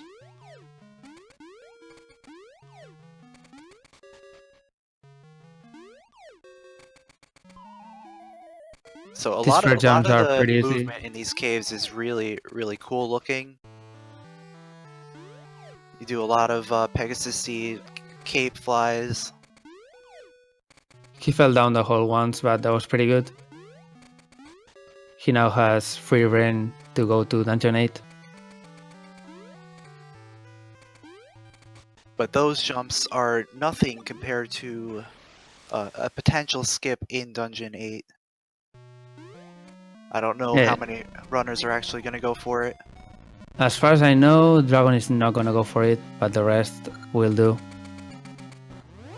So, Sword and Shield Maze. It's pretty much the hardest dungeon in the run. The mid-boss is horrible, and I hate it. It's bipolar, but we're not gonna say it. It's the hardest mini-boss in all of this game. And luckily, there is a way to skip him. But it's also a very difficult thing that you can do. We're gonna see it in right about 3 rooms. Yeah, it's about 3 rooms. 3 screens from now, we're gonna figure out which route Puffy is taking. First, he's gonna get this key here. It's pretty important. He's saving, so he's probably going for HSS skip. So he's gonna be doing what we call HSS skip, which is the hypered slingshot skip. Wait, the hyper slingshot is the dungeon item. Hyper slingshot? I thought it was half sword and shield. No, it's hyper slingshot. But really? Oh my god. what it does is it essentially skips half of the sword and shield dungeon and it's a very precise jump across this 7-tile wide gap. You have to do a Pegasus Seed bomb boosted jump on a specific pixel. And then jump again in a specific. So you jump again in a specific frame of the bomb. Actually, I think there's 2 frames. And he gets Oh, his no. second try, which is really nice. Yeah, second try is gonna save quite a lot of time. I think at least 4 minutes compared to doing the dungeon perfectly. Great job.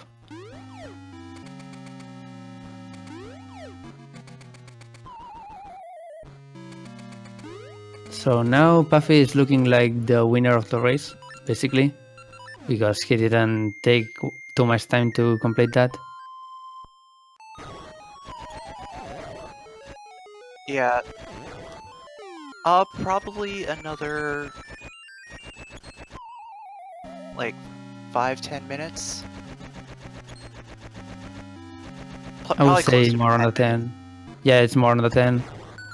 Because rest of the the dungeon second half of is- the dungeon does take a little bit of time. Okay, so this allows him to get the boss key really early and save some keys so he can go in reverse to the dungeon and complete some other stuff. And it also skips having to face Frypolar at all. So if he does happen to Oh, die, he got the best pattern of this room. if he does happen to die, he will go back to the beginning of the dungeon, and he didn't hit the switch at the end of HSS skip, which extends a bridge back across that pit. So if he dies, he's gonna have to do HSS skip again. As I was saying, and I don't see Stanner going there too soon, so I'm just gonna explain it now. That room with the Armos is a small key room, but it can be pretty trolly in the pattern that it can take. But Puffy got the best possible pattern, which is basically just turning twice and just going to the place where the key will spawn. That was pretty nice, so he's gonna be even more ahead. And of course, this dungeon is basically throwing these ice blocks on the lower level, so you can walk there and go to the boss. It's 3 holes, and then just go to Medusa Head. Yeah, the boss for this dungeon is the only boss that isn't from another Zelda game.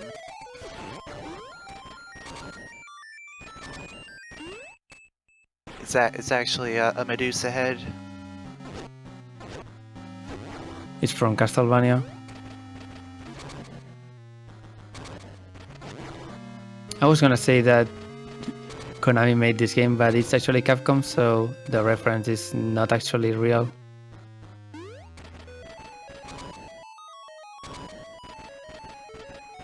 Okay, so last hole for Puffy. We can skip 1 hole with HSS skip, so that's another pretty nice time save. Yeah, He's the gonna main take thing this that card. you need to do is you need to be able to get that one minecart up so that you can bring an ice block down into this bottom left-hand corner. And you actually don't need to do the top right section at all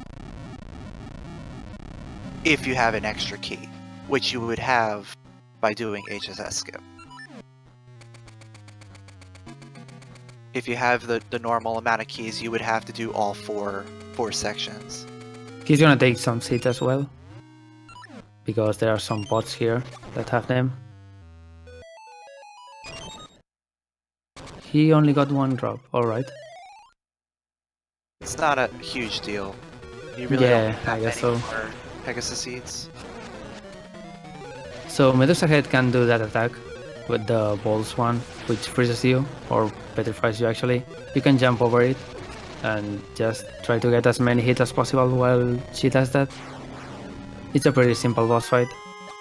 And as a friendly reminder, D8 heart container is mandatory.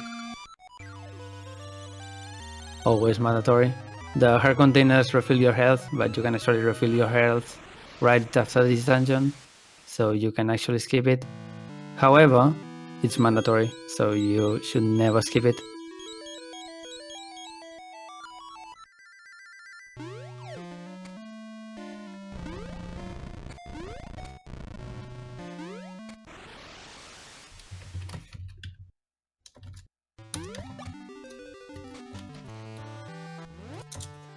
Leafeon.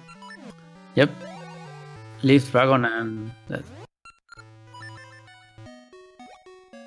And we finally switched over to another 4-player layout for the final, like, 10 minutes of Puffy and the rest.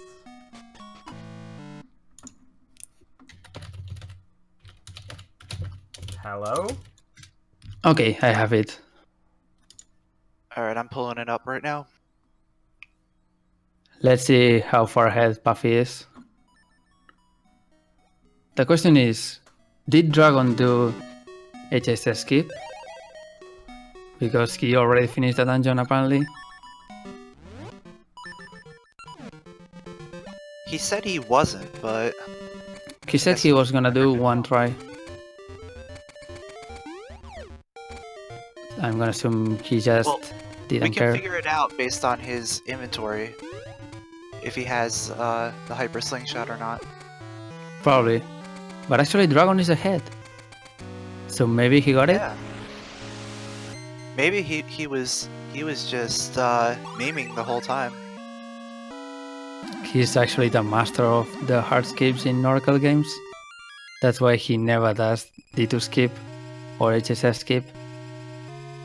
Or maybe Puffy forgot to go get the seed and lost time because of that. I don't know. That would be pretty stupid. Because after you complete all 8 dungeons, you have to go back to the Maker Tree in order to get a seed, which will clear up the misty shroud that's in front of Onyx's castle. So apparently it all comes down to Onyx. Either Puffy or Dragon, which is pretty much what we predicted, other than Mighty being in the mix. Either one of them can win, depending on Onyx RNG and these last rooms. So the only way in this Onyx castle is going forward. Ooh, dragon getting grabbed. Okay, that's gonna lose quite a bit of time. I don't know why that a lot spin. closer. Why that spin didn't hit is beyond me, actually, because it looked pretty good. And Puffy's gonna get to Facade of... I don't know how to pronounce that stupid name. Facade. That's Oh, it. he got grabbed again. Ooh. Okay, now Puffy is basically set to win the race. Yeah, this is Puffy's race to lose right now. And he gets basically the best RNG possible on Facade. And he has full health going in. He can basically tank this whole fight and win.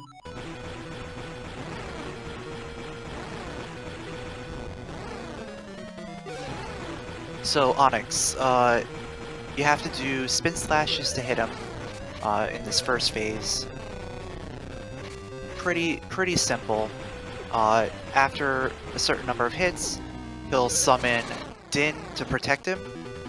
If you hit Din, you take damage, but it also pauses the screen, and you can actually do double hits by doing that. So you do one spin slash and it'll do 2 hits, but you'll take a little bit of damage each time. Another Puffy's- amazing Mega Man reference by Capcom. The pausing to do more damage. But he's gonna take it pretty safe. Yeah, Puffy actually went the safe strat and using the Rod of Seasons to push Din out of the way. And now we get to Sigma. Another good Mega Man reference. So the last fight with Dragon Onox is pretty fast if you do it correctly. He's gonna lower the hand and then you can actually hit him. The trick here is to transfer from one hand to the other and not fall down like Puffy just did. And then you can just keep hitting him over and over again. So it's 8 hits on the jewel, and that will be the end. After a couple hits, he starts doing different patterns. He starts giving you the balls, which is really annoying, and it's a big waste of time.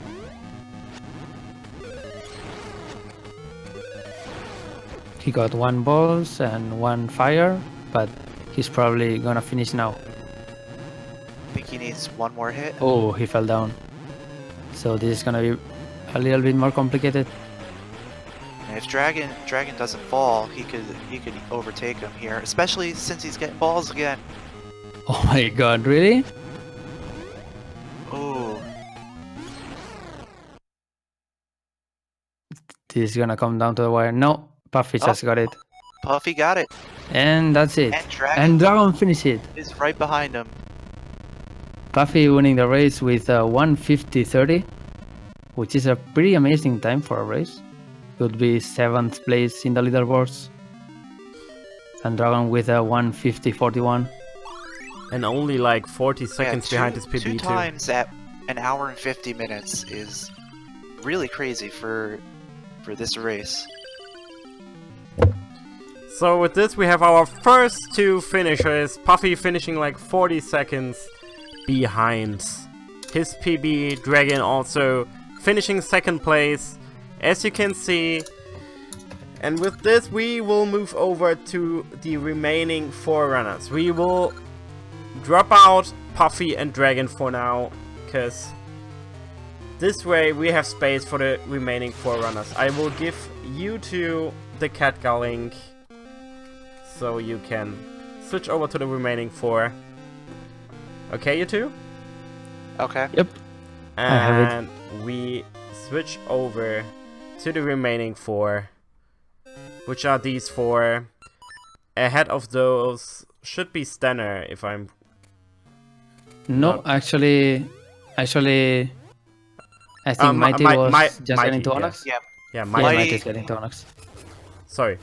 It's Okay. gonna be Mighty, Stanner, Leafeon, and then Ash. Leafeon has been getting really stuck in this HSS skip for a while now, which is pretty normal.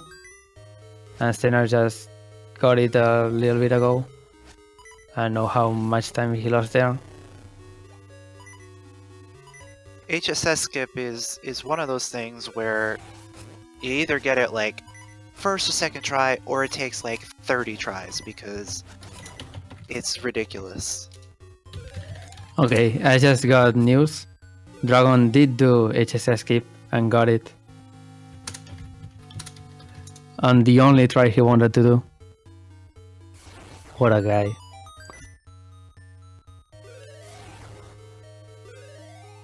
And Ash is actually still in Dungeon 6. Pretty unfortunate, but it happens. Especially on basically your first run of this game.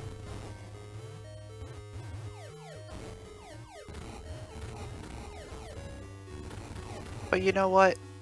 Being in Dungeon 6, it's still a pretty good pace for a first run, or generally being new at the game.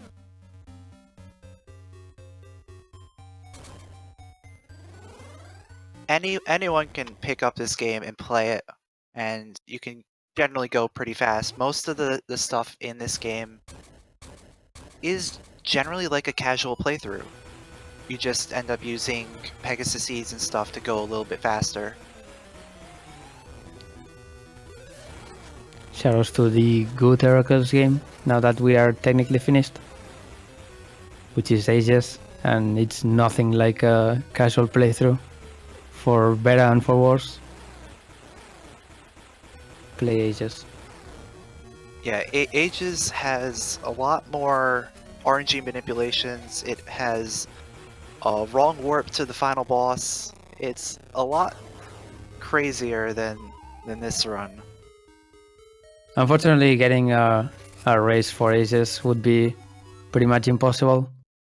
Might is gonna enter Sigma with really, really low health. He has to be really, really safe.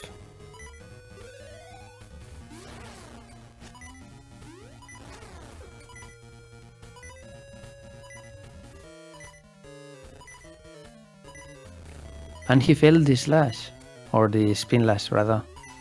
Yeah, so he's gonna need an extra slash on it.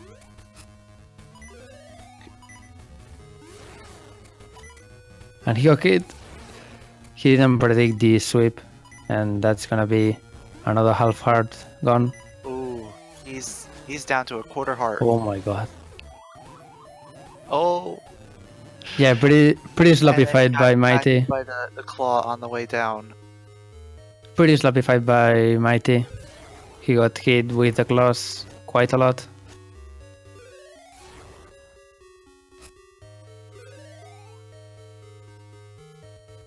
Maybe he'll try and do a little bit of a safety strat on phase 2 and use the Rod of Seasons to preserve some of his health. Or maybe just get the fairy before the fight. He just Usually- got cornered by all of Yeah, them. he got Yeah. destroyed. That happens quite a lot in this game, unfortunately. As I was saying, if you are expecting to have more than one try in Onox, you actually need to get some bombs to beat Facet. So there are some pods with fairies and bombs that if you want to be extra safe, you usually get. I think none of the runners got it, at least that I saw. I know Puffy skipped them because he was at full health. Let's see if Mighty is gonna get them.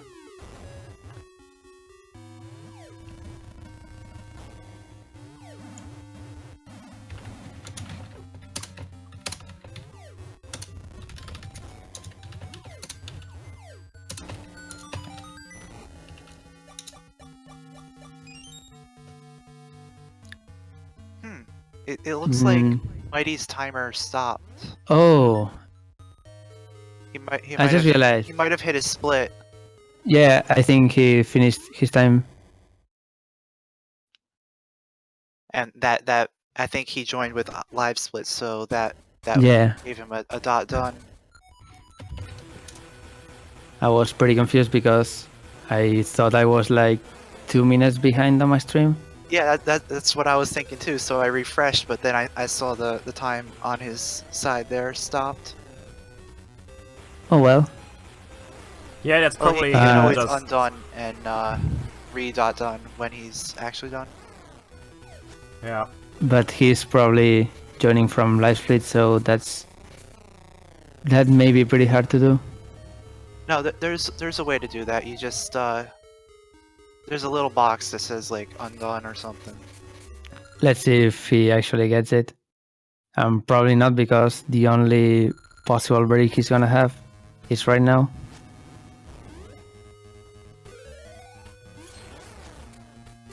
Or he can just do it once he finishes off Onyx. He'll lose a little bit of time over his actual. I think Mighty is forgetting that he has to turn around for the other hits. Oh. Okay. Like the last fight, this is pretty sloppy. And I think he paused to do an undone. Yeah, he paused to undone.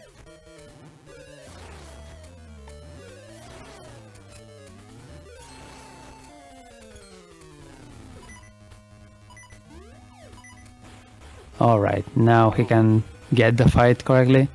Unfortunately, he got an attack, so he has to wait now. And he got balls. Oh my god. Okay, don't get hit. I think Don't get I think hit. he needs Oh one my more- god. Oh. He needs one more hit and he will probably die now. Yeah. He got predicted. Dragon Onyx is a very hard final boss, even if you know what you're doing. Like, there's been runs where people have died to Dragon Onyx a couple times, especially like if you haven't played in a while or if it's your first time Oh my playing. god, he got destroyed again. Mighty is getting really unlucky. Maybe And it's Stanner also can catch up. really easy to get tilted Yeah, by this game. this game is really easy to get tilted.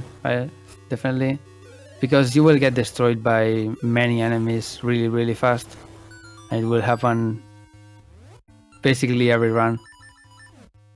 Same for ages. Okay, let's see if third try is the charm for Mighty. As long as he can kill Facade without dying.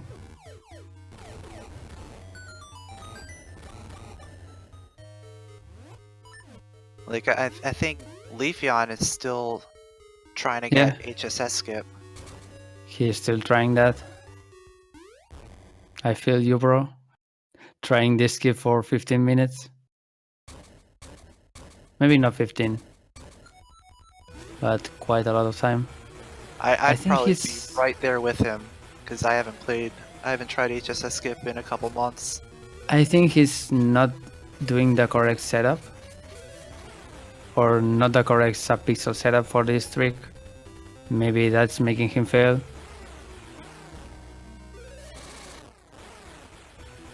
Okay, let's see if Mighty takes it easy. No, still going for the double damage strat.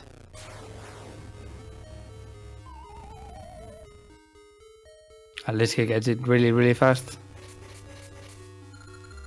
At least, you know, if you do it quickly, you can get through with a decent amount of health.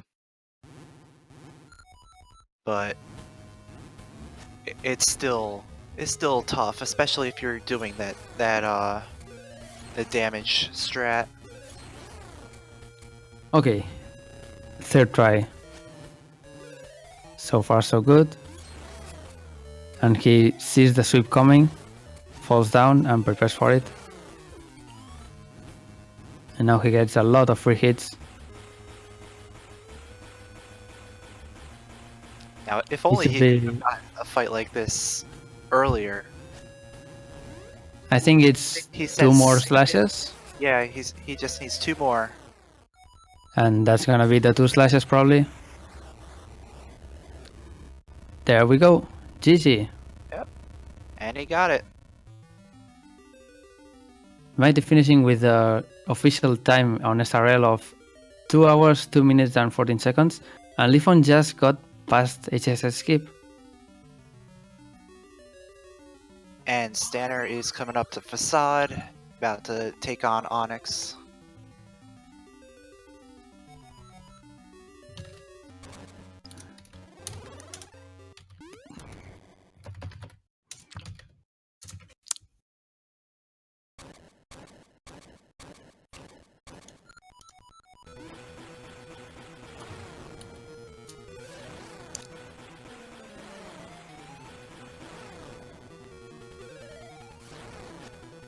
Now let's see if Stanner can actually get this fight quickly.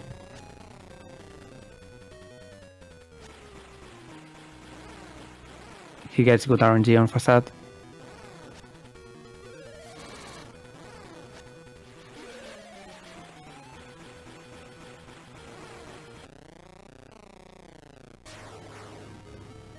So yeah, let's see how risky he will be and if he will actually get the quick fight or not. So it looks like he got the standard damage boost fight. So he's going in with 5 hearts.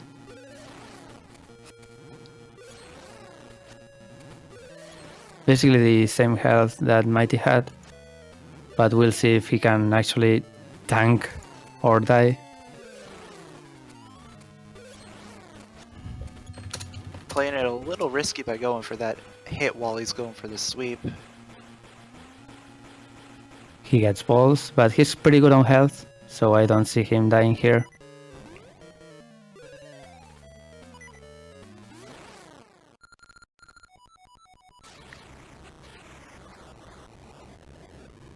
Alright, And there we go. Stanner is finished with a official SRL time of 2 hours, 4 minutes, and 11 seconds. So about 2 minutes behind Mighty. It's pretty crazy because they probably had like 10 minutes of difference going into Onyx. So that just tells you everything about how unlucky Mighty got.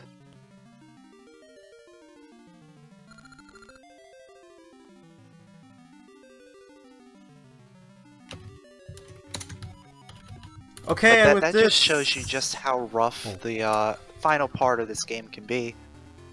Between how long it took Leafeon to get HSS skip to Mighty's struggles with Onyx. There's a lot of things that can really go wrong towards the end. But none of these runners really went for any safeties.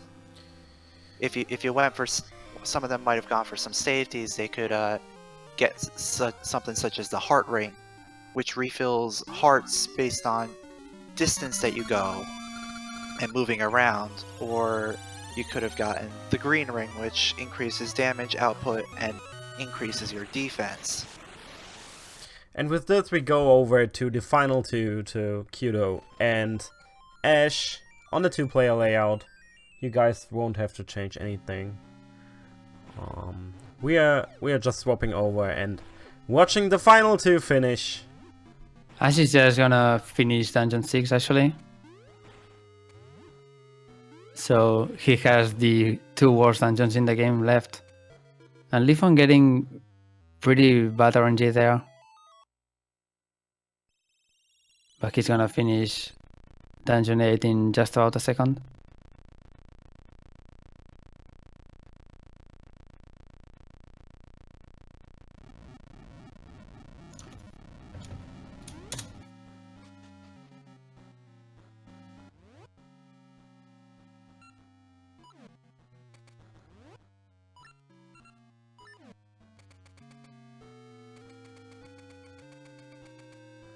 I think he went the wrong way.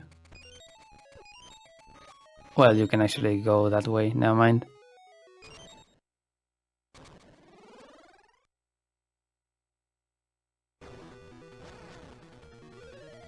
And let's see this Medusa head fight. Hopefully it will be pretty fast.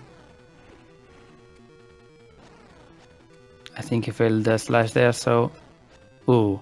One neat thing about the Medusa head fight is if you do have your sword out and get petrified, you can still do damage to her, just because your sword is out. And He's really struggling to get her. You can actually corner Medusa head into one of the upper or lower limits of the room. And he gets the heart container, of course. Yeah, I think Medusa head has a little bit of trouble circling around you when she's near the door. That's at least what I think. I'm not sure the exact reason, but she tends to get stuck whenever you're near the door. So it's a lot easier to hit her when she's circling around at that point.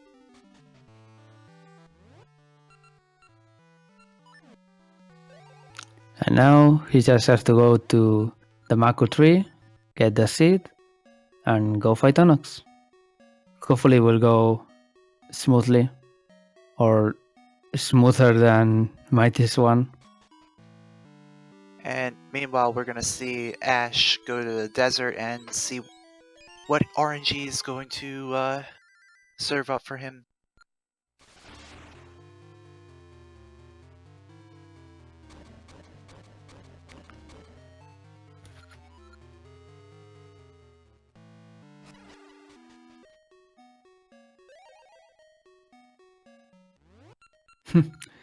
I was saying in the SRL chat that from this point forward, he basically doesn't really know what he's doing. Which is pretty unfortunate because this is the hardest part of the run by far. Yeah, this is the part where you really want to know what you're doing. You got first try Sandpit, which is nice.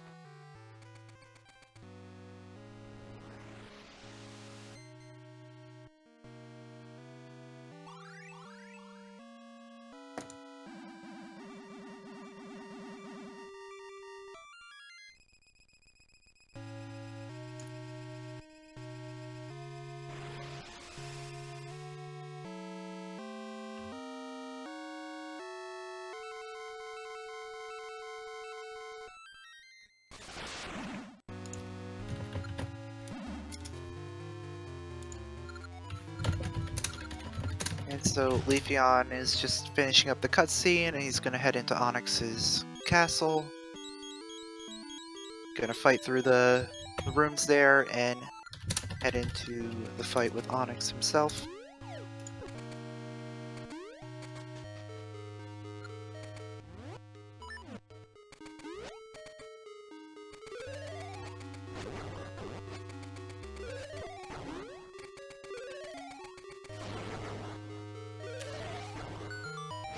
Will he get grabbed?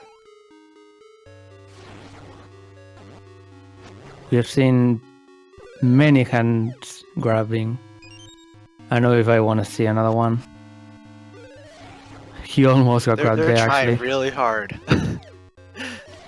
He's so close to getting grabbed.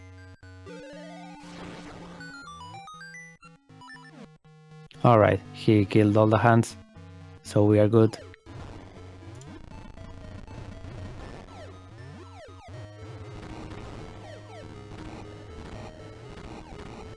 Now for a quick intermission with Facade.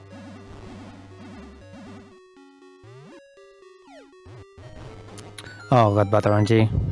Got a good first pattern, but the second one wasn't ideal. Yeah, when Facade just spawns the pits, you can get one bomb. On the other ones, you can get 2 or 3. So that's the worst possible attack.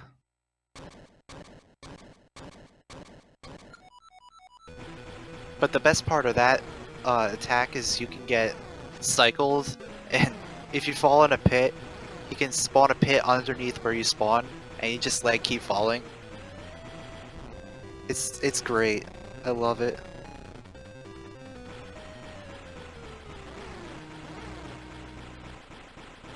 So he's going for the damage strat.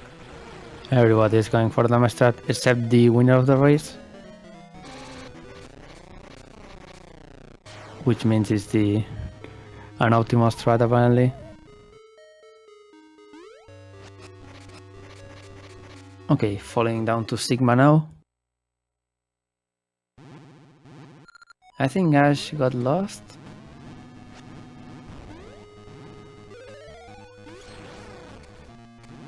There, he finds it.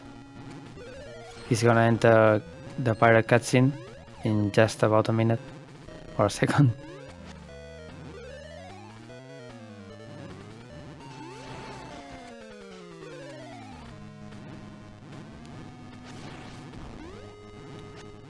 Leafon taking it slow, but he falls down, so it's not gonna matter. But he gets really good RNG, so it's even better than, I don't know, another good RNG. I don't know. He's not getting any balls or any flames, so that's pretty good. And just as you say that, he gets balls. Commentator scores. He wasn't really chaining the spin slashes, so Yeah, he that's didn't his get fault. a lot of combos, but he finishes off Onyx in 2 hours, 13 minutes, 33 seconds, official SRL time.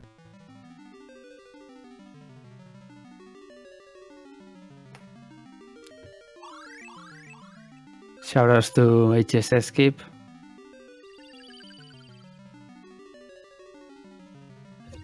If it wasn't for HSS Skip, I think this would be maybe a 203, something like that. He doesn't have splits up, so I can really tell that. Yeah, he probably could have gotten a low 2-hour time. Right in line with Mighty and Stanner. That's just how oracles work. You have really stupid tricks that can lose a lot of time, but they save quite a lot of time as well.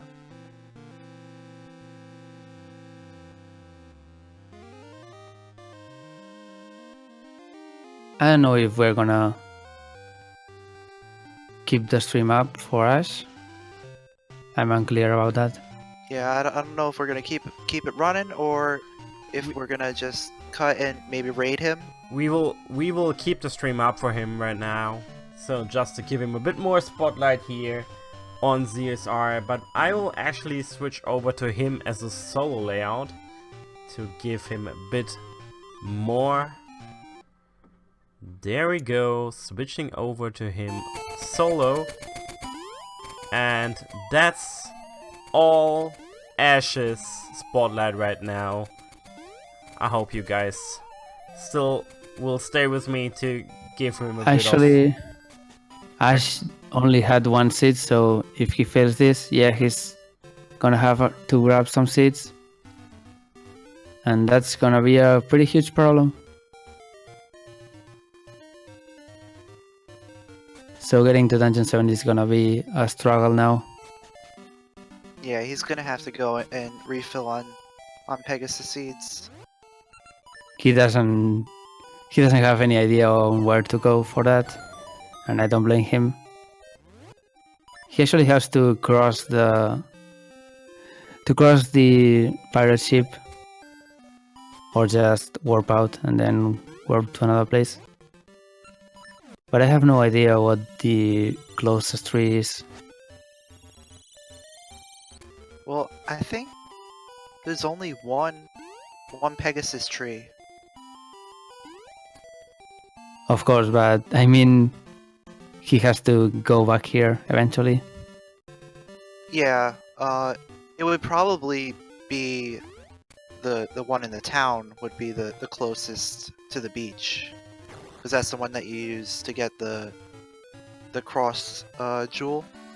Oh, he can just do that. Never mind. Oh, interesting. And that works? Apparently. So, I didn't know. We're learning casual strats. No, I didn't know you could kill the ghost with the season rod. That's the first. Mighty is also,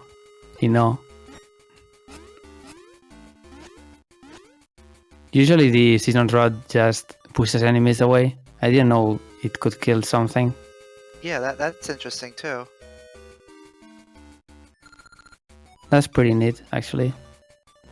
I don't believe we're going for post skip here, because He doesn't have any seeds, Yeah. so he can't even try it. Even if he knew what to do.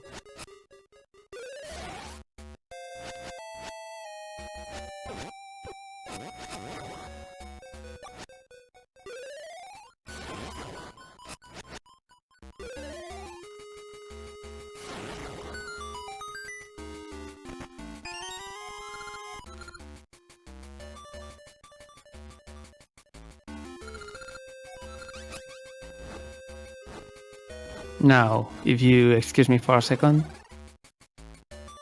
this is gonna take a while, so I'm just gonna go and have a small bathroom break, just in case. So Alright. see you in a second.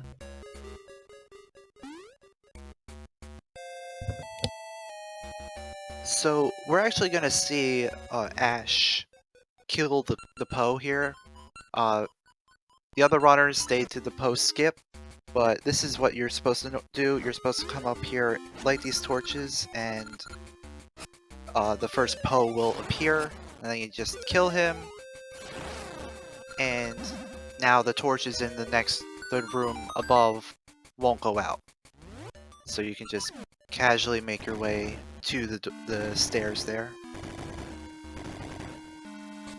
You don't have a timer anymore.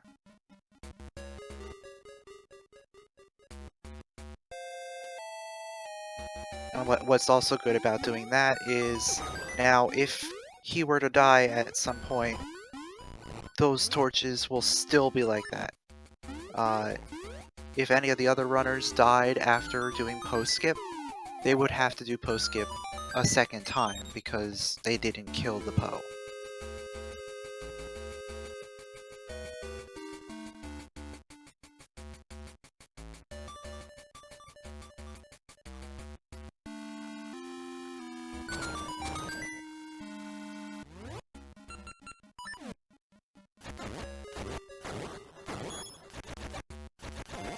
Not getting great RNG, but it's still a decent spot for the Armos to be, just because it's so close to the Switch, but it was one of the last ones he checked.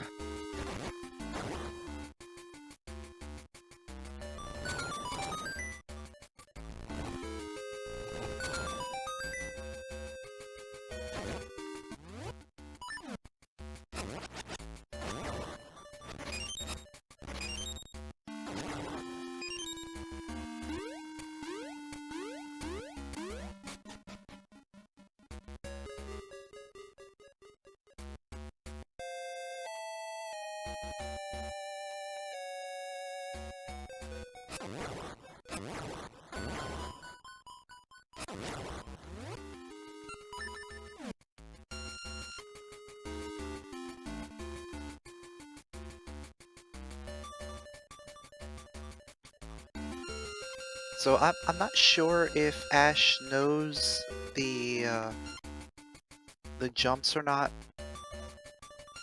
to get the key early. We may be seeing a backtrack from after getting Cape to go ahead and get the key.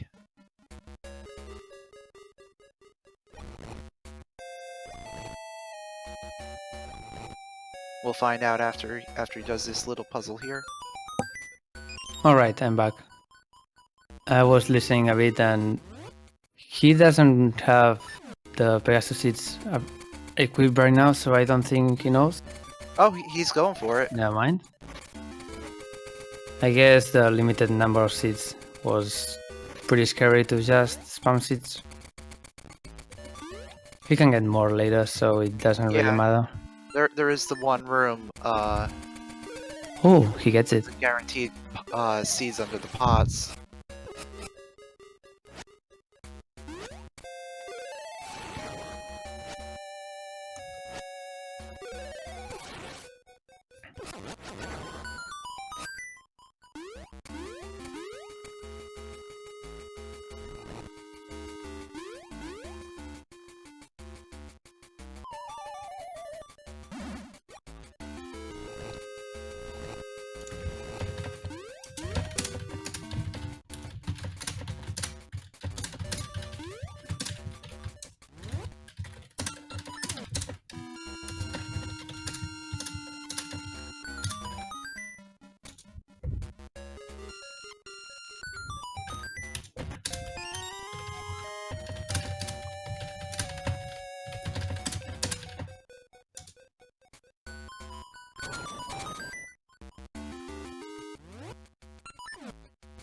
Oh, we got a pretty good Armo spawn there. Again, Pretty much right the next to best. the switch. It's pretty much the best or second best one. Basically, that corner is the best spot you can get. He's not getting any extra Pegasus seeds from the pots, which is Huh. interesting. Maybe he forgot? He isn't really using seeds, so I don't know. Yeah, maybe he doesn't realize that it's a guaranteed seed drop there. Or maybe he doesn't know they respawn.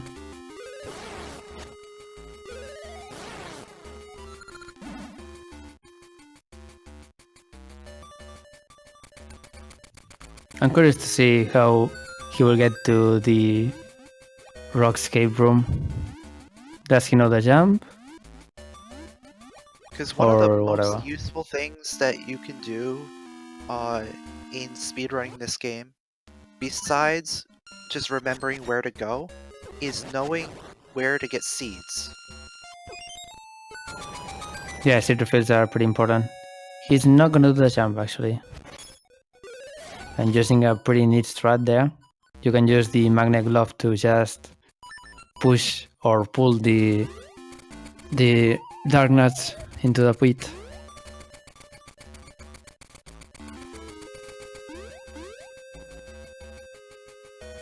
And this is basically the casual strat to do it, or the normal way. You can actually hit the switch, which makes the magnets spin, and you can do it with the... Well, I believe you can actually do it with the magic boomerang through the wall, or through the blocks rather. Yeah. But it's kind of precise movement.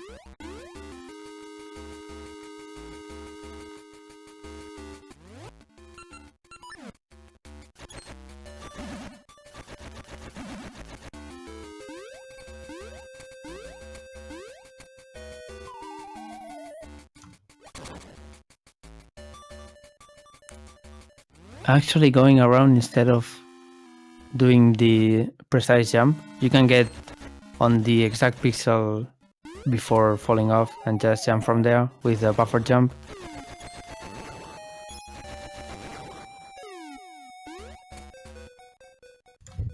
Yeah, but doing that jump, it can be pretty risky, because if you do fall, you fall back into the room below. And he's really struggling now. These moving platforms are a big troll of the Oracle games, as I said before. This moving platform in particular is just really bad in terms of its hitbox. Like, being able to stand on it is just one of the weirdest things. And he's gotta be really careful here. Really, really careful. Okay, he gets it. Nice. Usually what you do here is jump diagonally with the seat.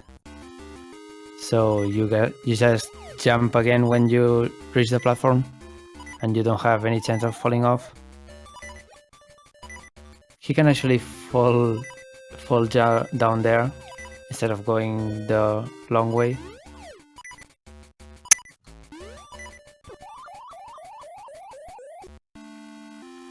Oh, he got sniped. Another classic of this game, enemies sniping you.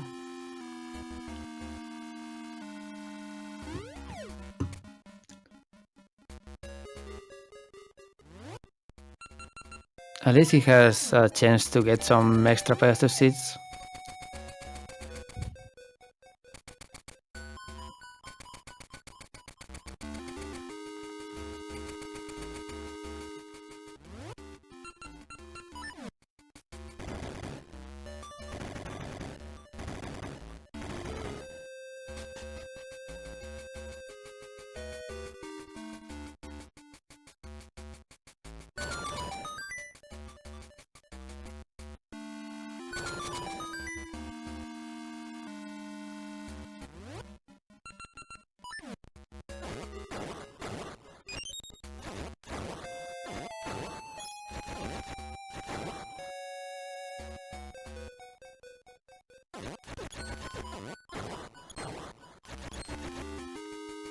Killing every Armos? Not really necessary, but I guess it's a good safety strat.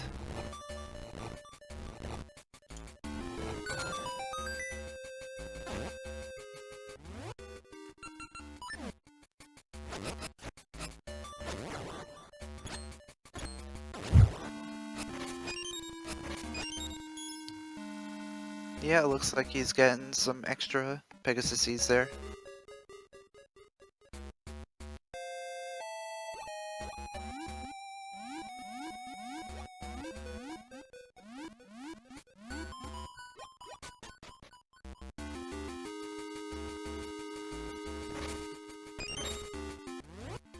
Okay, now he doesn't have to worry about this.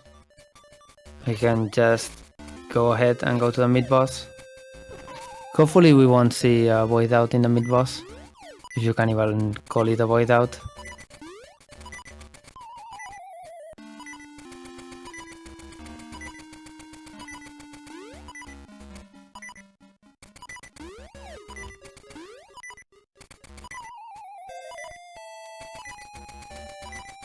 He doesn't realize that he can reset the room apparently.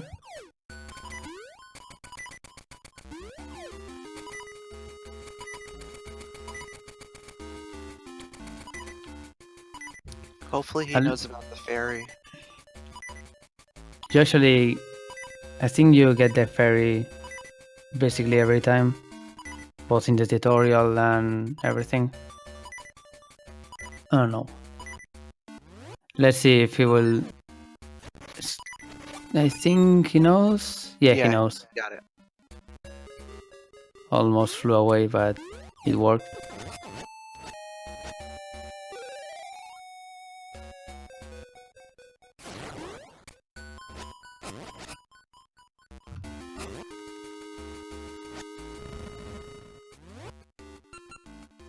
Taking it slow and easy, especially after that. Ooh, this troll dorm. And he's gonna void out. Unfortunate.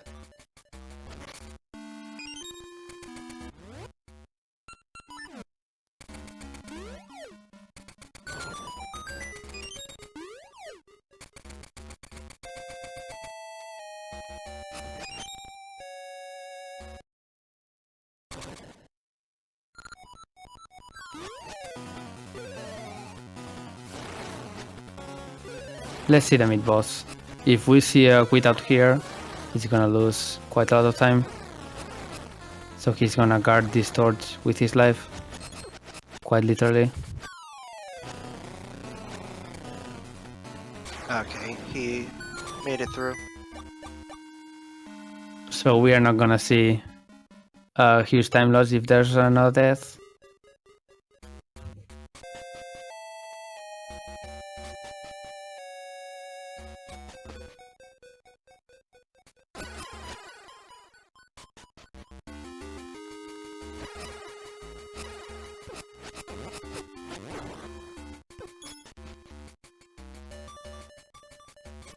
Struggling with the blue wish robes. One of the worst enemies in Oracle games. They are not that bad in this game, but in Ages especially, there are some really bad rooms with these ones.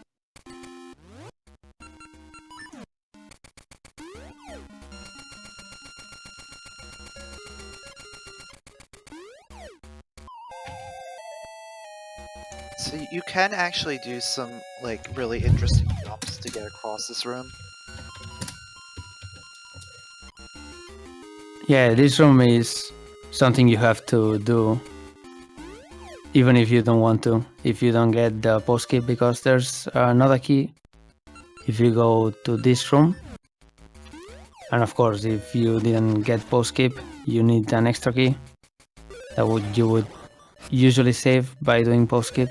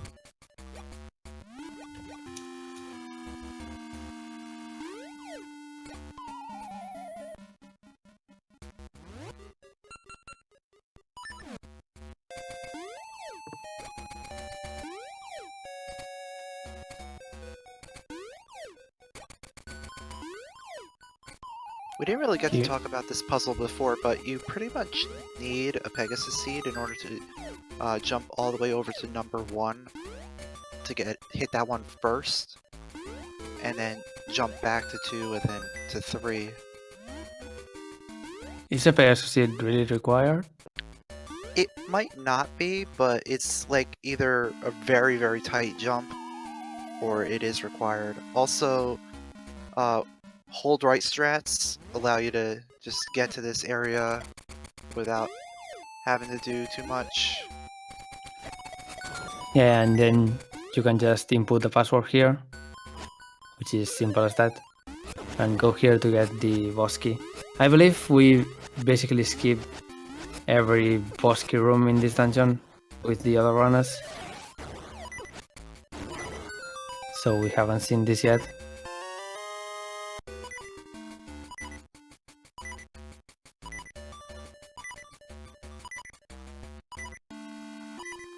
Save warp. Come on. Nice. And he can get a fairy if he remembers where to go. I think he's gonna grab the other fairy, which is a really bad move because now he has to do the rest. Yeah, because there's a fairy in the maze that you can get. I think That's he's pretty much gonna in the way. search for it. There are some pods near the end, basically, and those contain a fairy, or two fairies actually. Those pods, and no, he he ignores skips them. over it. No, Oh, this is not a good idea because you really need to tank strong hits. and he immediately dies when he gets to Gleok. Warm up, he says.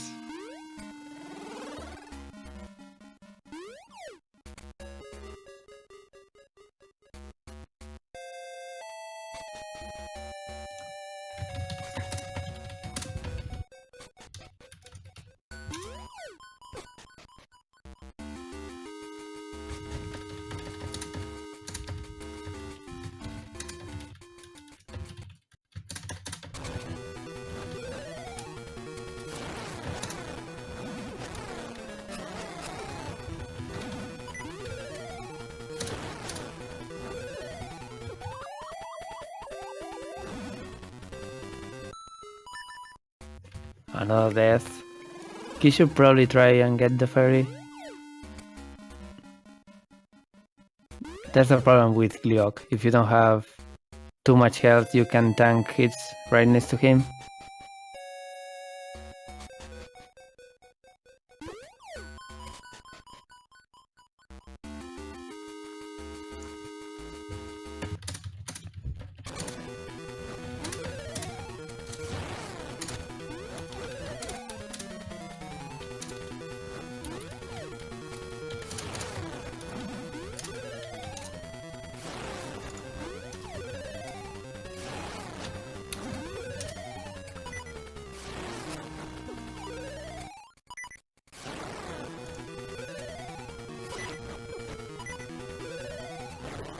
Okay, he gets one head, but he's at really low health, and a quarter heart and he's dead. He forgot to jump. Unfortunate.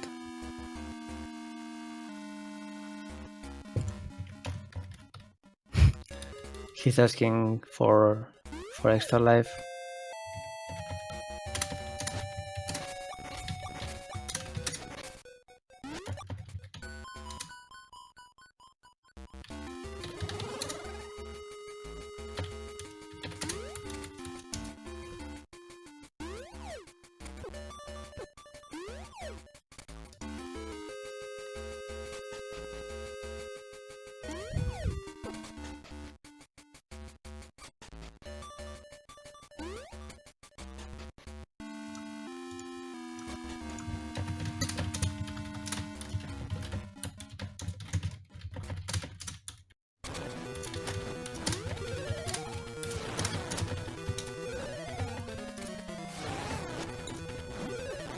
Okay, he enters Gleok with many hearts this time, so he can just tank there.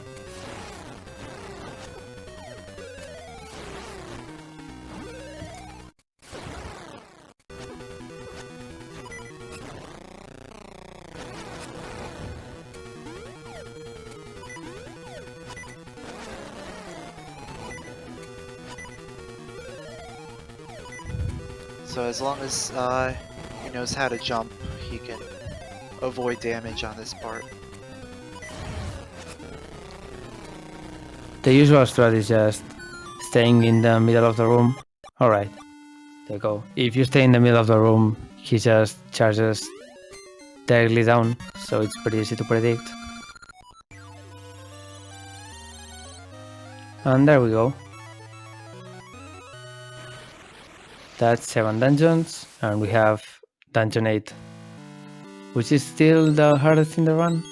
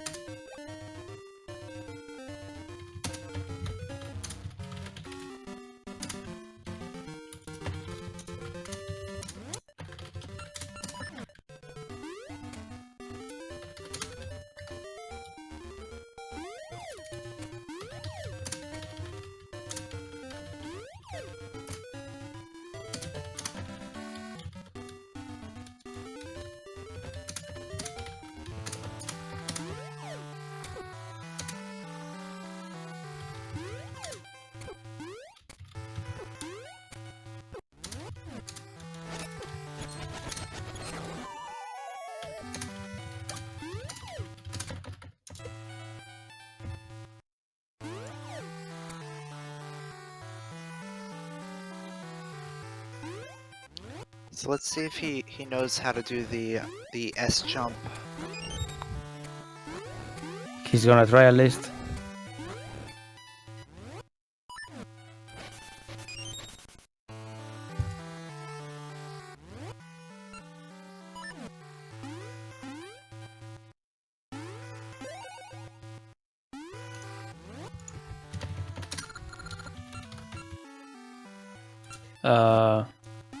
He What picked happened? the wrong seeds. Apparently. Okay, for a second there I thought he didn't have any Pegasus seeds, which would be pretty weird. So he's trying the S jump.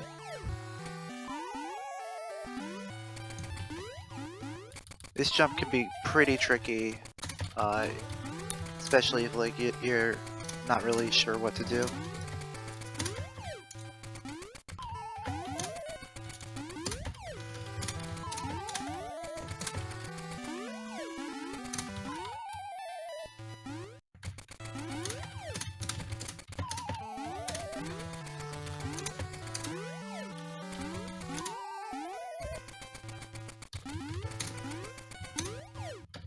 Not sure why he's starting so far off to the left every time he jumps.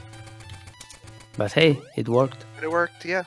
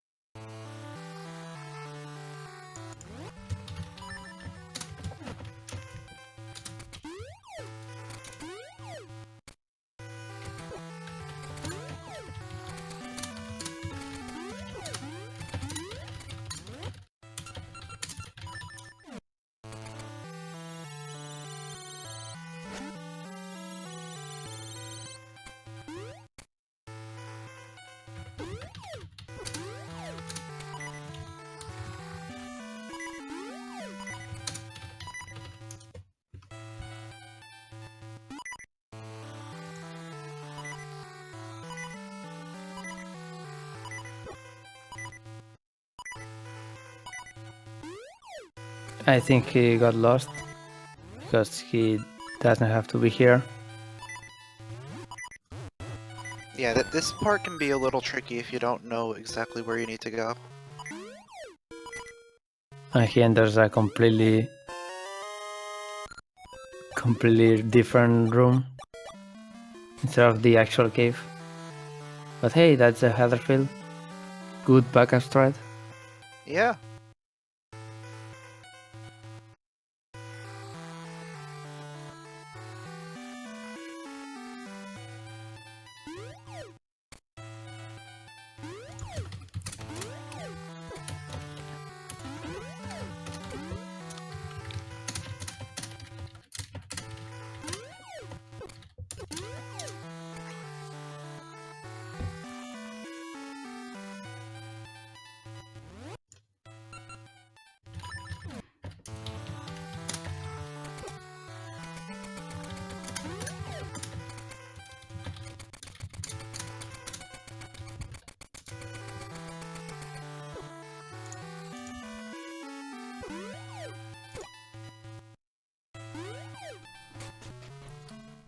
Okay, guys, so, as much as we like to watch Ash, most of the stuff you can see here was already shown. And since Ash is still learning this game, he still has some stuff to figure out. So I think it's probably best to cut the stream here and to just host him so everyone that can and wants to join him can do so. Our commentators can also take their day or the rest of the day off, and we all can appreciate how great of a race this was. It was actually close, like both top runners finished like within how much was it? Like 20 seconds? Something like that? Yeah, I think... 11 seconds, actually. Yeah, it was pretty close. Yeah, it was close. So, I'm starting with, like, the finisher here. And first, I want to thank you two, Herediman and Meshi, for commentating. I had a blast watching. As some of you know, I'm not the most knowledgeable about the Oracle games, so I had a big blast watching and learning more about the game. I hope you really like the HSS skip tries. The best part of the game. And also, I hope you enjoyed our new stream tech. As I said earlier, I have to apologize for some mistakes or some problems we had at the start, because somehow my OBS just didn't want to cooperate. I guess Yeah, it's alright. Sometimes it has to happen. Yeah, stuff happens. And so with this, I'm gonna call it a night for now. We gonna host Ash the game to see him finish, and we will be back on November 25th for the Wind Waker HD All Dungeons race. Ooh, nice. Maybe there will be Cool. maybe there will be something surprise rise before that, but that's not yet out for the public, so we'll see about that. Until then, thank you guys, GG, grats to Puffy for winning the race, and we will be back. And please make sure to support all the runners. You can find the follow buttons under the stream. Make sure to give the great Ash a nice time, like hang out in his chat, give him a good feeling. And until then, guys, see you next time. And See ya. thanks for having us. And if anyone wants to learn Oracle of the Seasons, you can jump in the Discord server or check us out on speedrun.com. We have a bunch of really cool guides that can help you learn. That's a good point. I forgot about that. The Discord link was actually visible on stream all day, so there you go. Right now you can see discord.gg/mh26qv5. Make sure to get in if you're interested in running seasons or ages, which will be on stream like in January or something. So thank you for tuning in, guys. See you next time on ZSR. See ya. Thanks. See ya.